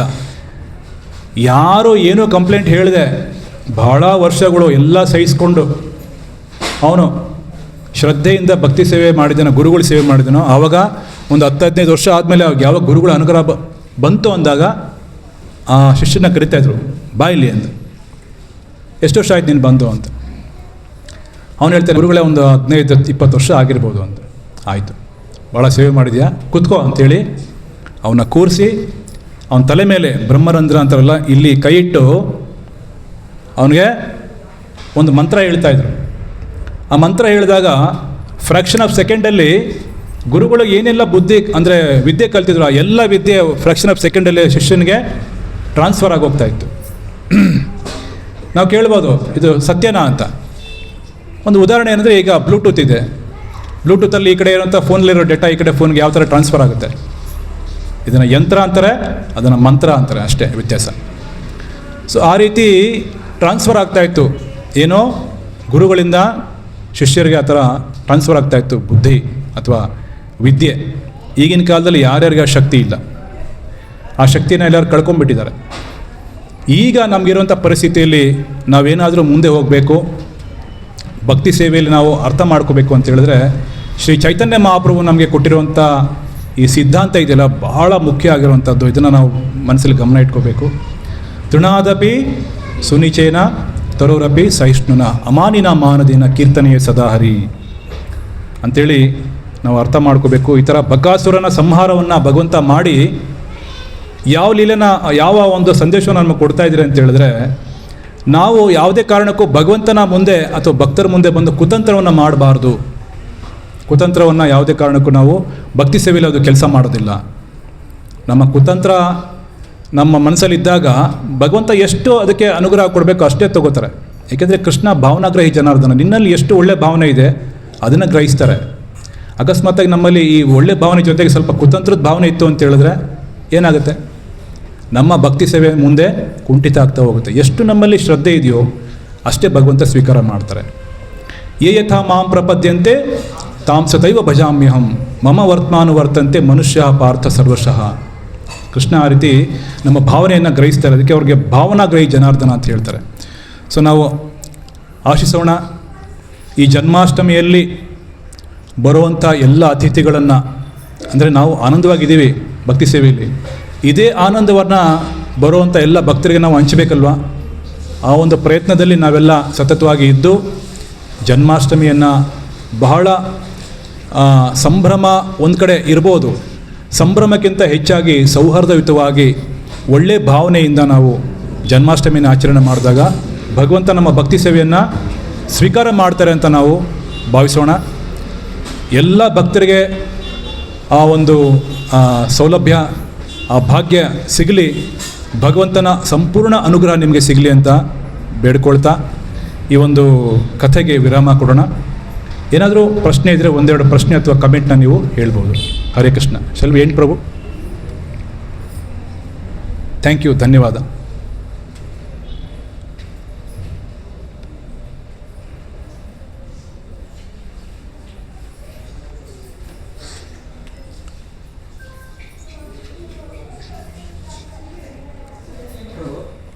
ಸೂಕ್ತ ಅಂತ ಹೇಳ್ತಾರೆ. ನಾವು ಮನುಷ್ಯರು ಸೂಕ್ತ ಅಂತ, ಪ್ರಾಣಿಗಳಿಗೆ ಸೂಕ್ತ ಇಲ್ಲ. ಮತ್ತೆ ಲೇಡೀಸ್ಗಳಿಗೂ ಸೂಕ್ತ ಅಂತ ಹೇಳ್ತಾರೆ. ಪ್ರಾಣಿಗಳಿಗೆ ಸೂಕ್ತ ಇದೆಯಾ? ಯಾತ್ರ ಇದು ಈಗ ನಮ್ಮ ದೊರಕೊಂಡ್ರೆ ಸ್ವಲ್ಪ ನಾವು 2 ದಿನ ಬರಲಿಲ್ಲ, 2 ವಾರ ಸೂಕ್ತ ಅಂತ ಅನ್ನೋದಿಲ್ಲ ಸೂಕ್ತ ಅಂತ ಬರಲಿಲ್ಲ ಅವರು ಸಿಸ್ಟಮ್ಗೆ 2 ವಾರ ಬರೋಕ್ಕಾಗಲಿಲ್ಲ. ಅದು ಪ್ರಾಣಿಗಳಿಗೂ ಆ ಥರ ಸೂಕ್ತ ಇರುತ್ತಾ ಅಂತ ಸತ್ರೆ ಅವ್ರ ಮಕ್ಕಳು ಮನುಷ್ಯ ಮಾತ್ರ ಸೂಕ್ತನ ಅಂತ. ಒಳ್ಳೆ ಪ್ರಶ್ನೆ ಕೇಳಿದ್ರು. ಮನುಷ್ಯರಿಗೆ 16 ಸಂಸ್ಕಾರ ಕೊಟ್ಟಿದ್ದಾರೆ. ಮನುಷ್ಯರಿಗೆ 16 ಸಂಸ್ಕಾರ ಕೊಟ್ಟಿದ್ದಾರೆ. ಯಾಕೆಂದರೆ ಅವನು ಜವಾಬ್ದಾರಿಯುತವಾದಂಥ ಒಬ್ಬ ಜೀವಿ. ನಾಯಿಗೆ ಆ ಸಂಸ್ಕಾರ ಇಲ್ಲ. ಈಗಿನ ಕಾಲದಲ್ಲಿ ಅದು ಬಂದ್ಬಿಟ್ಟಿದೆ. ನಾಯಿ ಹುಟ್ಟಿರೋ ನಾಮಕರಣ ಮಾಡುವಂಥದ್ದು ಬಂದ್ಬಿಟ್ಟಿದೆ. ಆದರೆ ಅದು ಉಚಿತ ಅಲ್ಲ. ಮನುಷ್ಯರಿಗೆ ಮೆಚ್ಚಕ್ಕಿಂತ ಹೆಚ್ಚಾಗಿ ನಾಯಿಗಳನ್ನ ಮೆಚ್ತಾ ಇದ್ದಾರೆ. ಪರಿಸ್ಥಿತಿ ಆ ಥರ ಆಗಿದೆ. ನಾಳೆ ದಿನ ಅದು ಮಾಡಿದ್ರು ಮಾಡ್ತಾರೆ. ನೀವು ಹೇಳ್ದಂಗೆ ನಮ್ಮ ನಾಯಿ ಡೆತ್ ಆಗಿದೆ, ಸೂತ್ಕ ಇದೆ ಅಂತೇಳಿ ನಾಯಿನ ಜೀವನದ ಮನೆದು ಒಂದು ಭಾಗ ಮಾಡ್ಕೊಳ್ತಾರೆ ಜನ. ಆ ಥರ ಇಲ್ಲ. ಮನುಷ್ಯರಿಗೆ ಮಾತ್ರ ಕೊಟ್ಟಿದ್ದಾರೆ 16 ಸಂಸ್ಕಾರ. ಈ ಸಂಸ್ಕಾರಗಳನ್ನು ಪಾಲನೆ ಮಾಡಿ. ಸೂತ್ಕ ಏನಂದರೆ, ಈ ಸೂತ್ಕವನ್ನು ಸಹ ನಾವು ಸರಿಯಾಗಿ ಅರ್ಥ ಮಾಡ್ಕೊಂಡಿಲ್ಲ. ಸೂತ್ಕ ಏನಂದರೆ ನೋಡಿ, ಈ ಕೆಲವೊಂದು ರೆಸ್ಟ್ರಿಕ್ಷನ್ ಕೊಟ್ಟಿರ್ತಾರೆ. ಆ ರೆಸ್ಟ್ರಿಕ್ಷನ್ ಏನಪ್ಪ ಅಂತ ಹೇಳಿದ್ರೆ, ನಾವು ಭಗವಂತನ ಸ್ಮರಣೆ ಮಾಡೋಕ್ಕೆ ಒಂದು ಅವಕಾಶ ಅಷ್ಟೇ. ನಿಮ್ಮ ಮನೇಲಿ ಯಾರೋ ಸತ್ತಿದ್ದಾರೆ ಅಂತ ಹೇಳಿದ್ರೆ, ಕಡಿಮೆ ಅಂದರೆ ಕಡಿಮೆ ಒಂದು 11 ದಿನ ಆದರೂ ಕೂತ್ಕೊಂಡು ಈ ಶೋಕ ಏನೋ, ಸಾವು ಜನನ ಮರಣಗಳ ದುಃಖ ಅಂದರೆ ಏನು, ಅದ್ರ ಬಗ್ಗೆ ಚರ್ಚೆ ಮಾಡು ಮನೇಲಿ ಒಂದು ಕಡೆ ಕೂತ್ಕೊಂಡು ಅಂತೇಳಿ ಅದನ್ನು ಅವಕಾಶ ಮಾಡಿಕೊಟ್ಟಿರೋದು. ಇಲ್ಲಾಂದರೆ ಆವತ್ತು ಸಿನಿಮಾಗೆ ಹೋಗು, ಆವತ್ತು ನೀನು ಎಲ್ಲಿ ಬೇಕಾದ್ರೂ ಹೋಗು, 11 ದಿನ ಏನು ಬೇಕಾದ್ರೂ ಮಾಡೋ, ಮದುವೆಗೆ ಹೋಗು ಅಂತ ಹೇಳಿದ್ರೆ ಅದಲ್ಲ. ಆ ಸೂತ್ಕದ ನಿಜವಾದ ಪ್ರಯೋಜನ ಏನಂದರೆ, ಸತ್ತಿದ್ದಾರೆ ಅಥವಾ ಇನ್ನೊಂದೇನೋ ದುಃಖ ಆಗಿದೆ ಅಂತ ಹೇಳಿದ್ರೆ ಅದರ ನಿಜವಾದ ಪ್ರಯೋಜನ ಈ 11 ದಿನ ಅಥವಾ ಏನೋ ಈ ಕಾಲ ಹೇಳಿದ್ರಲ್ಲ, ಆ ಕಾಲದಲ್ಲಿ ಭಗವಂತನ ಸ್ಮರಣೆ ಮಾಡೋ. ಜನ್ಮ ಮೃತ್ಯು ಜರ ವ್ಯಾಧಿ ದುಃಖ ದೋಷ ಅನುದರ್ಶನಂ, ಅದರ ದರ್ಶನವನ್ನು ನೀವು ಮಾಡಿ. ಅದಕ್ಕೋಸ್ಕರ ನಿಮ್ಗೆ ಆ ಸಮಯ ಕೊಟ್ಟಿದ್ದಾರೆ ಅಷ್ಟೇ ಹೊರತು ಅದೇನು ಅಂಟು ಮುಟ್ಟು ಅಲ್ಲ. ಆ ರಿಸ್ಟ್ರಿಕ್ಷನ್ ಅಲ್ಲ. ದೇವ್ರ ಪೂಜೆನೂ ಅಷ್ಟೇ. ದೇವ್ರ ಪೂಜೆನೂ ಹೇಳ್ತಾ ಇದ್ದಾರೆ, ದೇವ್ರ ಪೂಜೆಗಿಂತ ಹೆಚ್ಚಾಗಿ ಈ ಒಂದು ಚಿಂತನೆ ನೀನು ಮಾಡು. ನೀನು ಪೂಜೆ ಮಾಡ್ತಾ ಇದೆ ಇಲ್ಲ ಅಂತ ಹೇಳ್ತಾ ಇಲ್ಲ. ಜನ್ಮ ಮೃತ್ಯು ಜರ ವ್ಯಾಧಿ ಚಕ್ರದಲ್ಲಿ ನೀನು ಯಾಕೆ ಸಿಕ್ಕಾಕೊಂಡಿದ್ಯಾ, ಆ ಚಿಂತನೆ ಮಾಡಲಿಕ್ಕೋಸ್ಕರ ನಿನಗೆ 11 ದಿನ ಅವಕಾಶ ಕೊಟ್ಟಿದ್ದಾರೆ. ಯಾವುದು ಮುಖ್ಯ ಅಲ್ಲ ಆ ಸಮಯದಲ್ಲಿ. ಡೇಟಿ ವರ್ಷಿಪ್ ಕೂಡ ಮುಖ್ಯ ಅಲ್ಲ. ಈ ಚಿಂತನೆ ನಿನಗೆ ಭಾಳ ಮುಖ್ಯ ಅಂತೇಳಿ ಅದನ್ನು ಕೊಟ್ಟಿದ್ದಾರೆ ಅಷ್ಟೇ. ಈ ಸಂಸ್ಕಾರ ಮನುಷ್ಯರಿಗೆ ಮಾತ್ರ, ಪ್ರಾಣಿಗಳಿಗೆ ಈ ಸಂಸ್ಕಾರ ಇಲ್ಲ. ಅಕಸ್ಮಾತ್ತಾಗಿ ಪ್ರಾಣಿಗಳದ ಲೆವೆಲ್ಗೆ ಇದನ್ನು ತೊಗೊಂಡೋದ್ರೆ ನಾವು ಭಾಳ ಕಷ್ಟ ಇದೆ. ಮುಂದೆ ಆಗುತ್ತೆ ಅನ್ನೋ ಗೊತ್ತಿಲ್ಲ. ನಾಯಿಗೆ ಬರ್ತಡೇ, ನಾಯಿಗೂ ತಿಥಿ ಮಾಡಿ ಏನೋ ಜನ ಮಾಡ್ಬೋದು. ಮುಂದೆ ಏನಾಗುತ್ತೆ ನಿರೀಕ್ಷಣೆ ಮಾಡಿ ನೋಡಬೇಕಷ್ಟೇ, ಕಾಲ ಯಾವ ಥರ ಬದಲಾವಣೆ ಆಗ್ತಾಯಿದೆ ಅಂತ. ಓಕೆ, ಸೊ ಬೇರೆ ಏನಾದರೂ ಪ್ರಶ್ನೆ ಅಥವಾ ಕಮೆಂಟ್ಸ್ ಇದೆಯಾ? ಎಸ್ ಮಾತಾಜಿ, ಕೂತ್ಕೊಳ್ಳಿ ಪ್ರೋಯಿಲ್. ಹಾಂ, ಓಕೆ. ನಿಮ್ಮ ಭಕ್ತಿ ವೃಕ್ಷಕ್ಕೆ ಬರ್ತಾ ಇದ್ದೀರಾ ನೀವು? ಭಕ್ತಿ ವೃಕ್ಷಕ್ಕೆ ಬರ್ತಾ ಇದ್ದೀರಾ? ಮಂದಿರಕ್ಕೆ ರೆಗ್ಯುಲರಾಗಿ ಬರ್ತಾ ಇದ್ದೀರಾ? ದೇವಸ್ಥಾನಕ್ಕೆ ಆಗಾಗ ಬರ್ತಾ ಇದ್ದೀರಾ? ಫಸ್ಟ್ ಟೈಮ್ ಬರ್ತಾ ಇದೆ? ಈಗ ಫಸ್ಟ್ ಟೈಮ್ ಬಂದಿದ್ದೀರಾ? ಭಾಳ ಒಳ್ಳೆಯದು. ನಿಮಗೆ ತಮ್ಮ ಹೆಸರು ಮಾತಾಜಿ? ದಿವ್ಯ ಮಾತಾಜಿಗೆ ನಮ್ಮ ಮಂದಿರಕ್ಕೆ ವೆಲ್ಕಮ್ ಮಾಡ್ತಾ ಒಂದ್ಸರಿ ಹರೇ ಕೃಷ್ಣ ಮಂತ್ರ ಹೇಳೋಣ. ಹರೇ ಕೃಷ್ಣ ಹರೇ ಕೃಷ್ಣ ಕೃಷ್ಣ ಕೃಷ್ಣ ಹರೇ ಹರೇ, ಹರೇ ರಾಮ ಹರೇ ರಾಮ ರಾಮ ರಾಮ ಹರೇ. ಇಲ್ಲಿ ಮಂದಿರದ ವ್ಯವಸ್ಥಾಪಕರು ಇದ್ದಾರೆ. ಅವರು ನಿಮಗೆ ಪ್ರತಿ ವಾರದ ಕಾರ್ಯಕ್ರಮದ ಬಗ್ಗೆ ನಿಮಗೆ ಮಾಹಿತಿ ಕೊಡ್ತಾರೆ. ಇಲ್ಲಿ ಯಾವ್ಯಾವ ವಾರ ಏನೇನು ಕಾರ್ಯಕ್ರಮ ನಡೆಯುತ್ತೆ ಅಂಥೇಳಿ. ಇದು ಬಹಳ ಸುದೀರ್ಘವಾದಂಥ ಚರ್ಚೆ. ಈ ಚರ್ಚೆಯಲ್ಲಿ ಭಾಗವಹಿಸಬೇಕು ಅಂತ ಹೇಳಿದ್ರೆ, ಇದನ್ನು ತಿಳ್ಕೊಬೇಕು ಅಂತ ಸ್ವಲ್ಪ ಸಮಯ ಬೇಕಾಗುತ್ತೆ. ಸೊ ಅಷ್ಟು ಸಮಯ ನಮಗೆ ಇವಾಗ ಇಲ್ಲದೆ ಇರೋದ್ರಿಂದ ಈ ಒಂದು ಕಾರ್ಯಕ್ರಮಕ್ಕೆ ನಿಮ್ಮನ್ನು ಜೋಡಣೆ ಮಾಡಿ ನಾನು ಮುಂದುವರಿತಾ ಇದ್ದೀನಿ. ದಯಮಾಡಿ ನೀವು ಕಾರ್ಯಕ್ರಮಕ್ಕೆ ಬನ್ನಿ. ಇಂಥ ಎಷ್ಟೋ ಪ್ರಶ್ನೆಗಳಿಗೆ ನಿಮಗೆ ಉತ್ತರ ಸಿಗುತ್ತೆ. ಧನ್ಯವಾದ. ಹರೇ ಕೃಷ್ಣ. ಓಕೆ, ಸಮಯ ಆಗಿದೆ, ಇಲ್ಲಿಗೆ ನಿಲ್ಲಿಸೋಣ. ಗ್ರಂಥರಾಜ್ ಶ್ರೀಮದ್ ಭಾಗವತಂ ಕಿ, ಜಗದ್ಗುರು ಶ್ರೀಲ ಪ್ರಭುಪಾದ ಕಿ.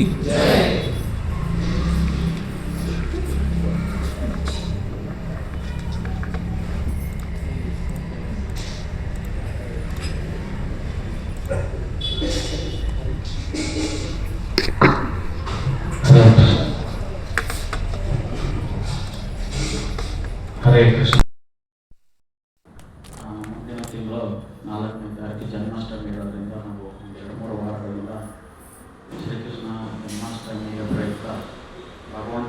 ಲೀಲೆಗಳ ಬಗ್ಗೆ ತಿಳ್ಕೊತಾ ಇದ್ದೀವಿ. ಇವಾಗ ಭಕ್ತಿ ಸೇವೆ ಅಂದರೆ ಏನು, ನಾವು ಯಾವ ರೀತಿ ಭಕ್ತಿ ಸೇವೆ ಮಾಡಬೇಕು, ಎಲ್ಲರ ಹೃದಯದಲ್ಲಿ ಎಲ್ಲರೂ ನಾವು ಭಗವಂತನಿಗೆ ಏನು ಅರ್ಪಿಸಬೇಕು ಅನ್ನೋದ್ರ ಬಗ್ಗೆ, ಮತ್ತು ಎಲ್ಲ ರಾಕ್ಷಸರ ಬಗ್ಗೆ ಭಗವಂತ ಯಾವ ರೀತಿ ಸಂಹಾರ ಮಾಡಿದರು, ಎಲ್ಲ ಲೀಲೆಗಳನ್ನ ತುಂಬ ಚೆನ್ನಾಗಿ ತಿಳಿಸಿಕೊಟ್ಟಂಥ ಪೂಜ್ಯ ಶ್ರೀ ಯಜ್ಞೇಶ್ವರ ಕೇಶವದಾಸ್ ಪ್ರಭುಗಳಿಗೆ ಹರೇ ಕೃಷ್ಣ ಮಹಾಮಂತ್ರವನ್ನು ಹೇಳೋದ್ರ ಮುಖಾಂತರ ಧನ್ಯವಾದಗಳನ್ನು ತಿಳಿಸೋಣ. ಹರೇ